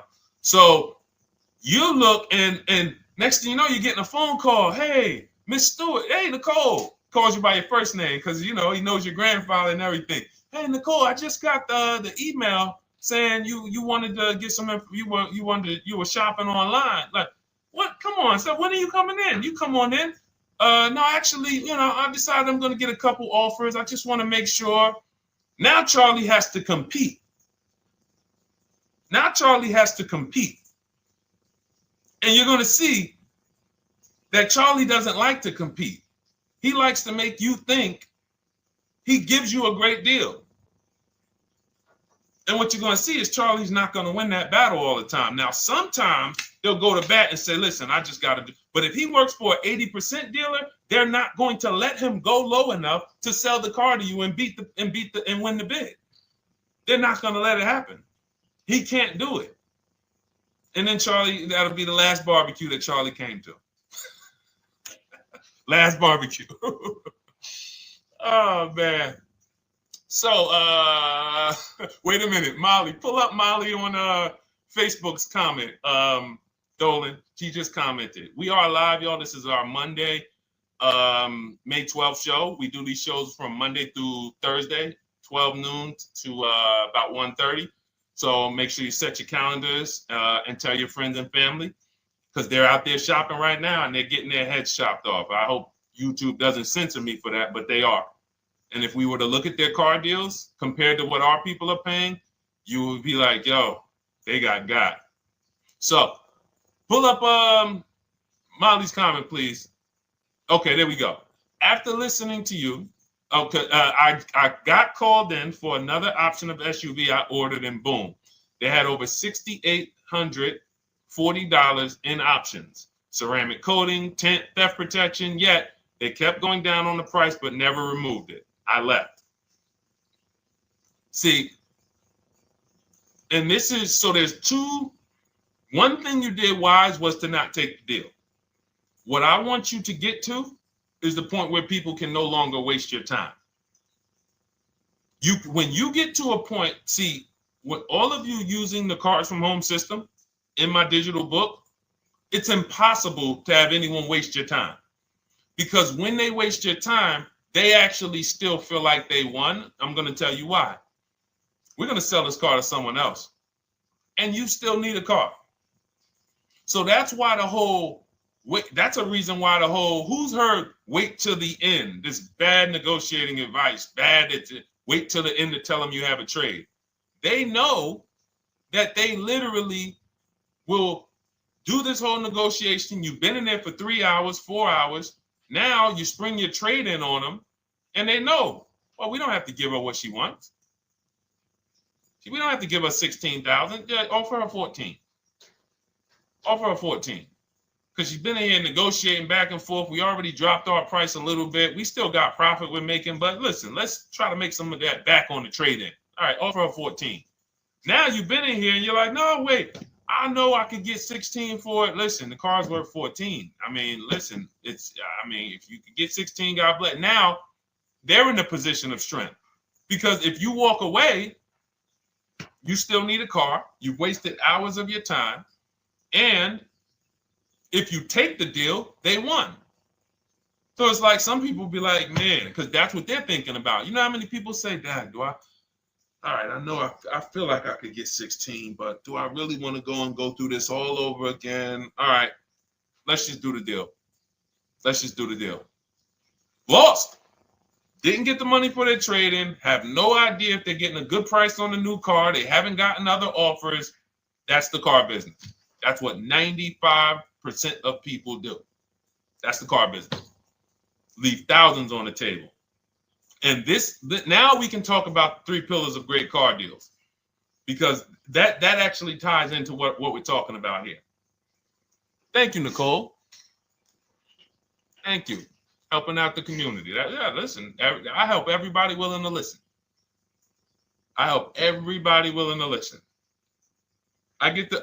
the benefit of actually teaching something that is so effective. I get hundreds of people that write me and send me deals and get results. So I have a real-time gauge on how we're doing. Real time. Versus somebody who sells stuff, but they don't really care about the result. So you'll buy stuff and you're like, whoa, this is not the result I thought I was going to get. All we do is hold ourselves accountable to the results. And as long as we keep getting these emails in, as long as we keep getting people writing us, taking pictures, sending stuff, we know people out here getting the same types of deals that I would be getting. And that's what I want. I don't want anyone taking a deal that I wouldn't take. As somebody who's done thousands of transactions with Mercedes and General Motors, leased 7 cars. I'm the one my friends call. They've been calling me for 7 years, 8 years. Deshone, all right, man, I need a car. I'm good. Listen, this is what I do. And the way that we give them peace of mind is the comparison offers. You only have peace of mind with comparative offers. There's nothing else. That's why you can buy spaghetti sauce, and that's why you can buy a TV on Amazon in 5 minutes, 10 minutes. Because you're going to go through, boom, okay, all right, let me check Walmart.com. All right, let me check this site. All right, let me check this site. All right, this one's the best. You spend $800, $400 in 15, 20 minutes. And not feel buyer's remorse because you've seen the options. Buyer's remorse comes from not seeing other options. It's that simple. All right, let's go. All right, Dolan, we got time for. All right, yeah, throw another one in, Dolan. Let's go. All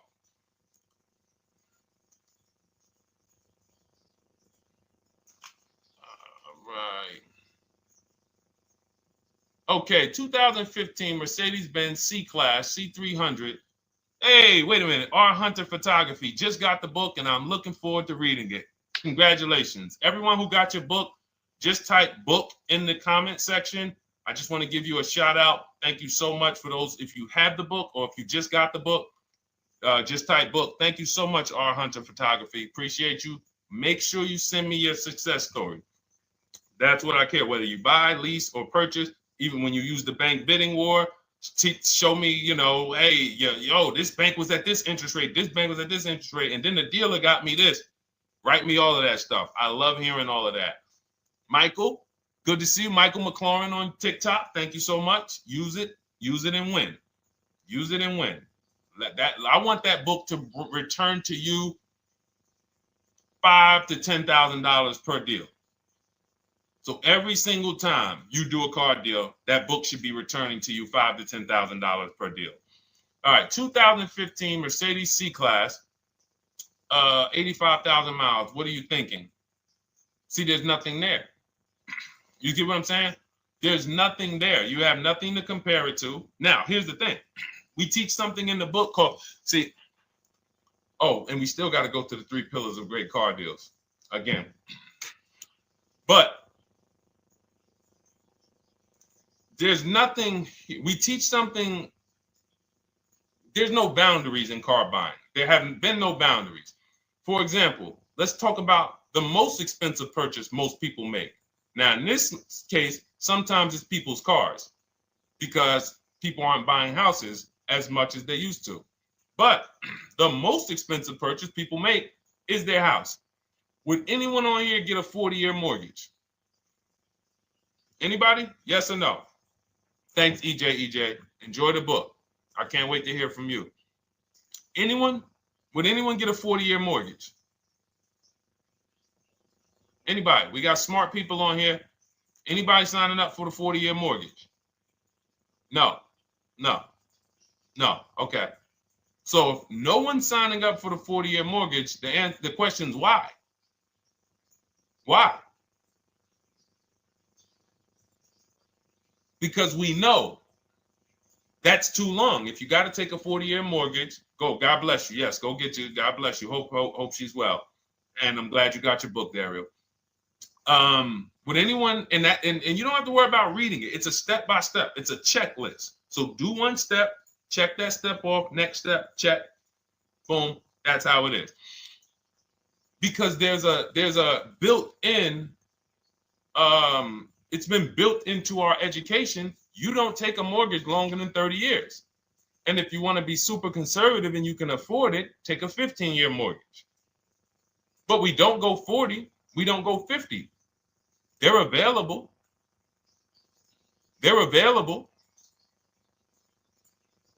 That's the same thing with 8-year car loans, 7-year car loans. And when we look at, so we have something called the rule of 72, which is 6 years, and the 10th birthday. What this says is you should never take a loan longer than 6 years, 72 months, and you should have the car paid off by the 10th birthday. Now, why? Because when I was in Mercedes, people who would come out is two people who hate, this is actually the same person. They hate Mercedes. They hate BMW. Why? Because they had an older one, no warranty, and they could not afford the maintenance and the repairs on top of the money they were paying for it. They hate it.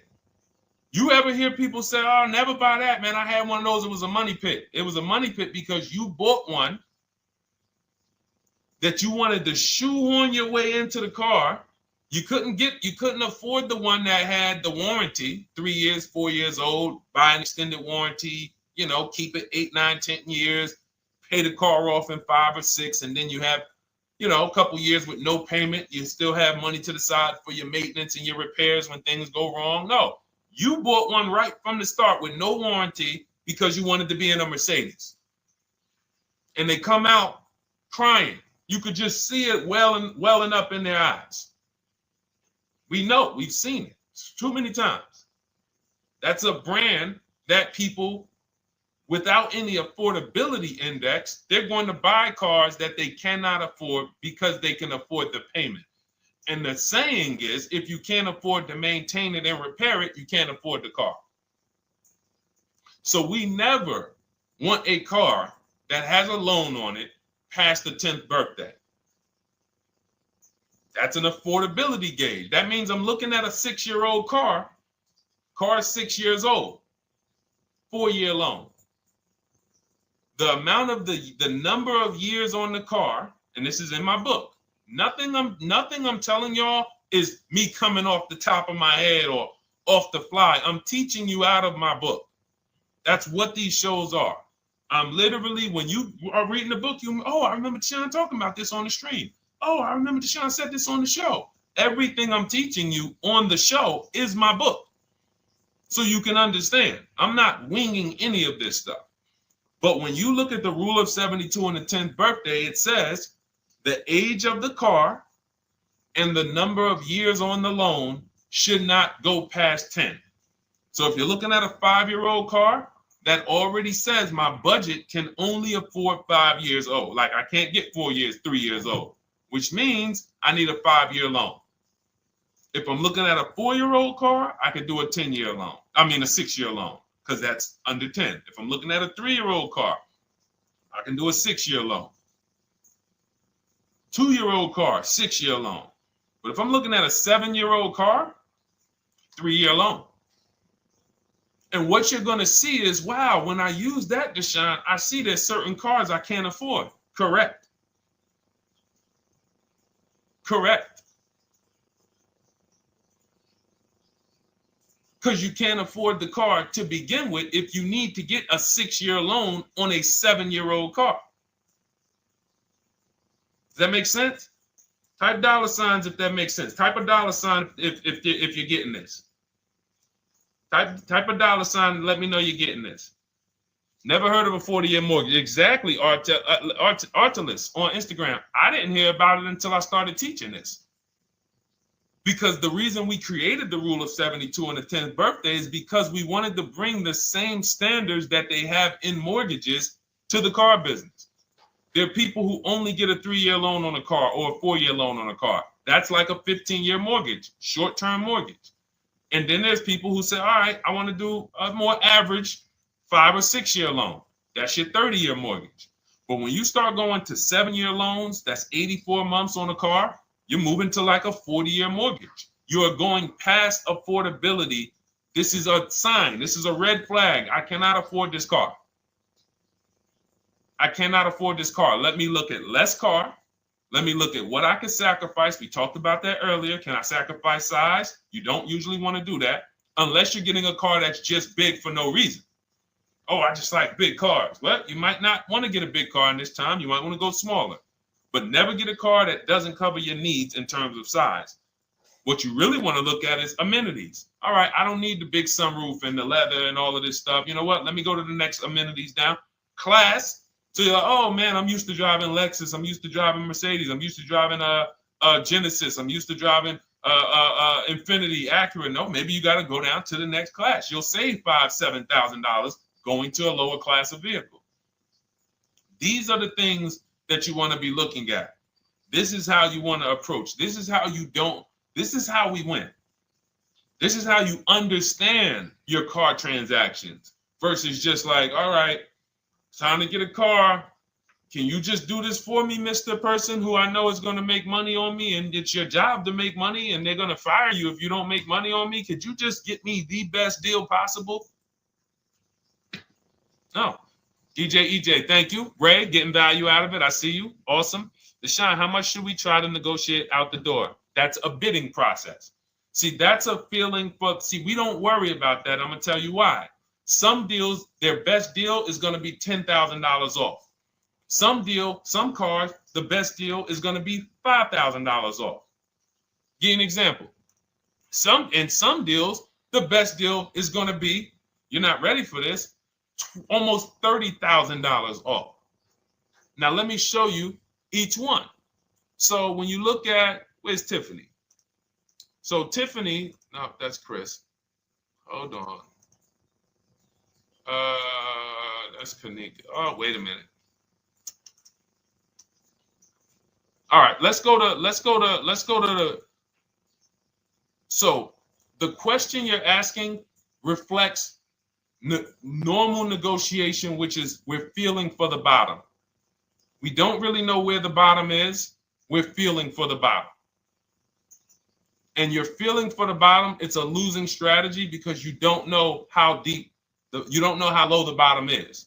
When you feel like in your gut, okay, I think this feels like the bottom, you take the deal. Losing strategy. Because the bottom is different for everyone. So you look at somebody like Sean. Sean gets 15, he bought an F-150 Lightning.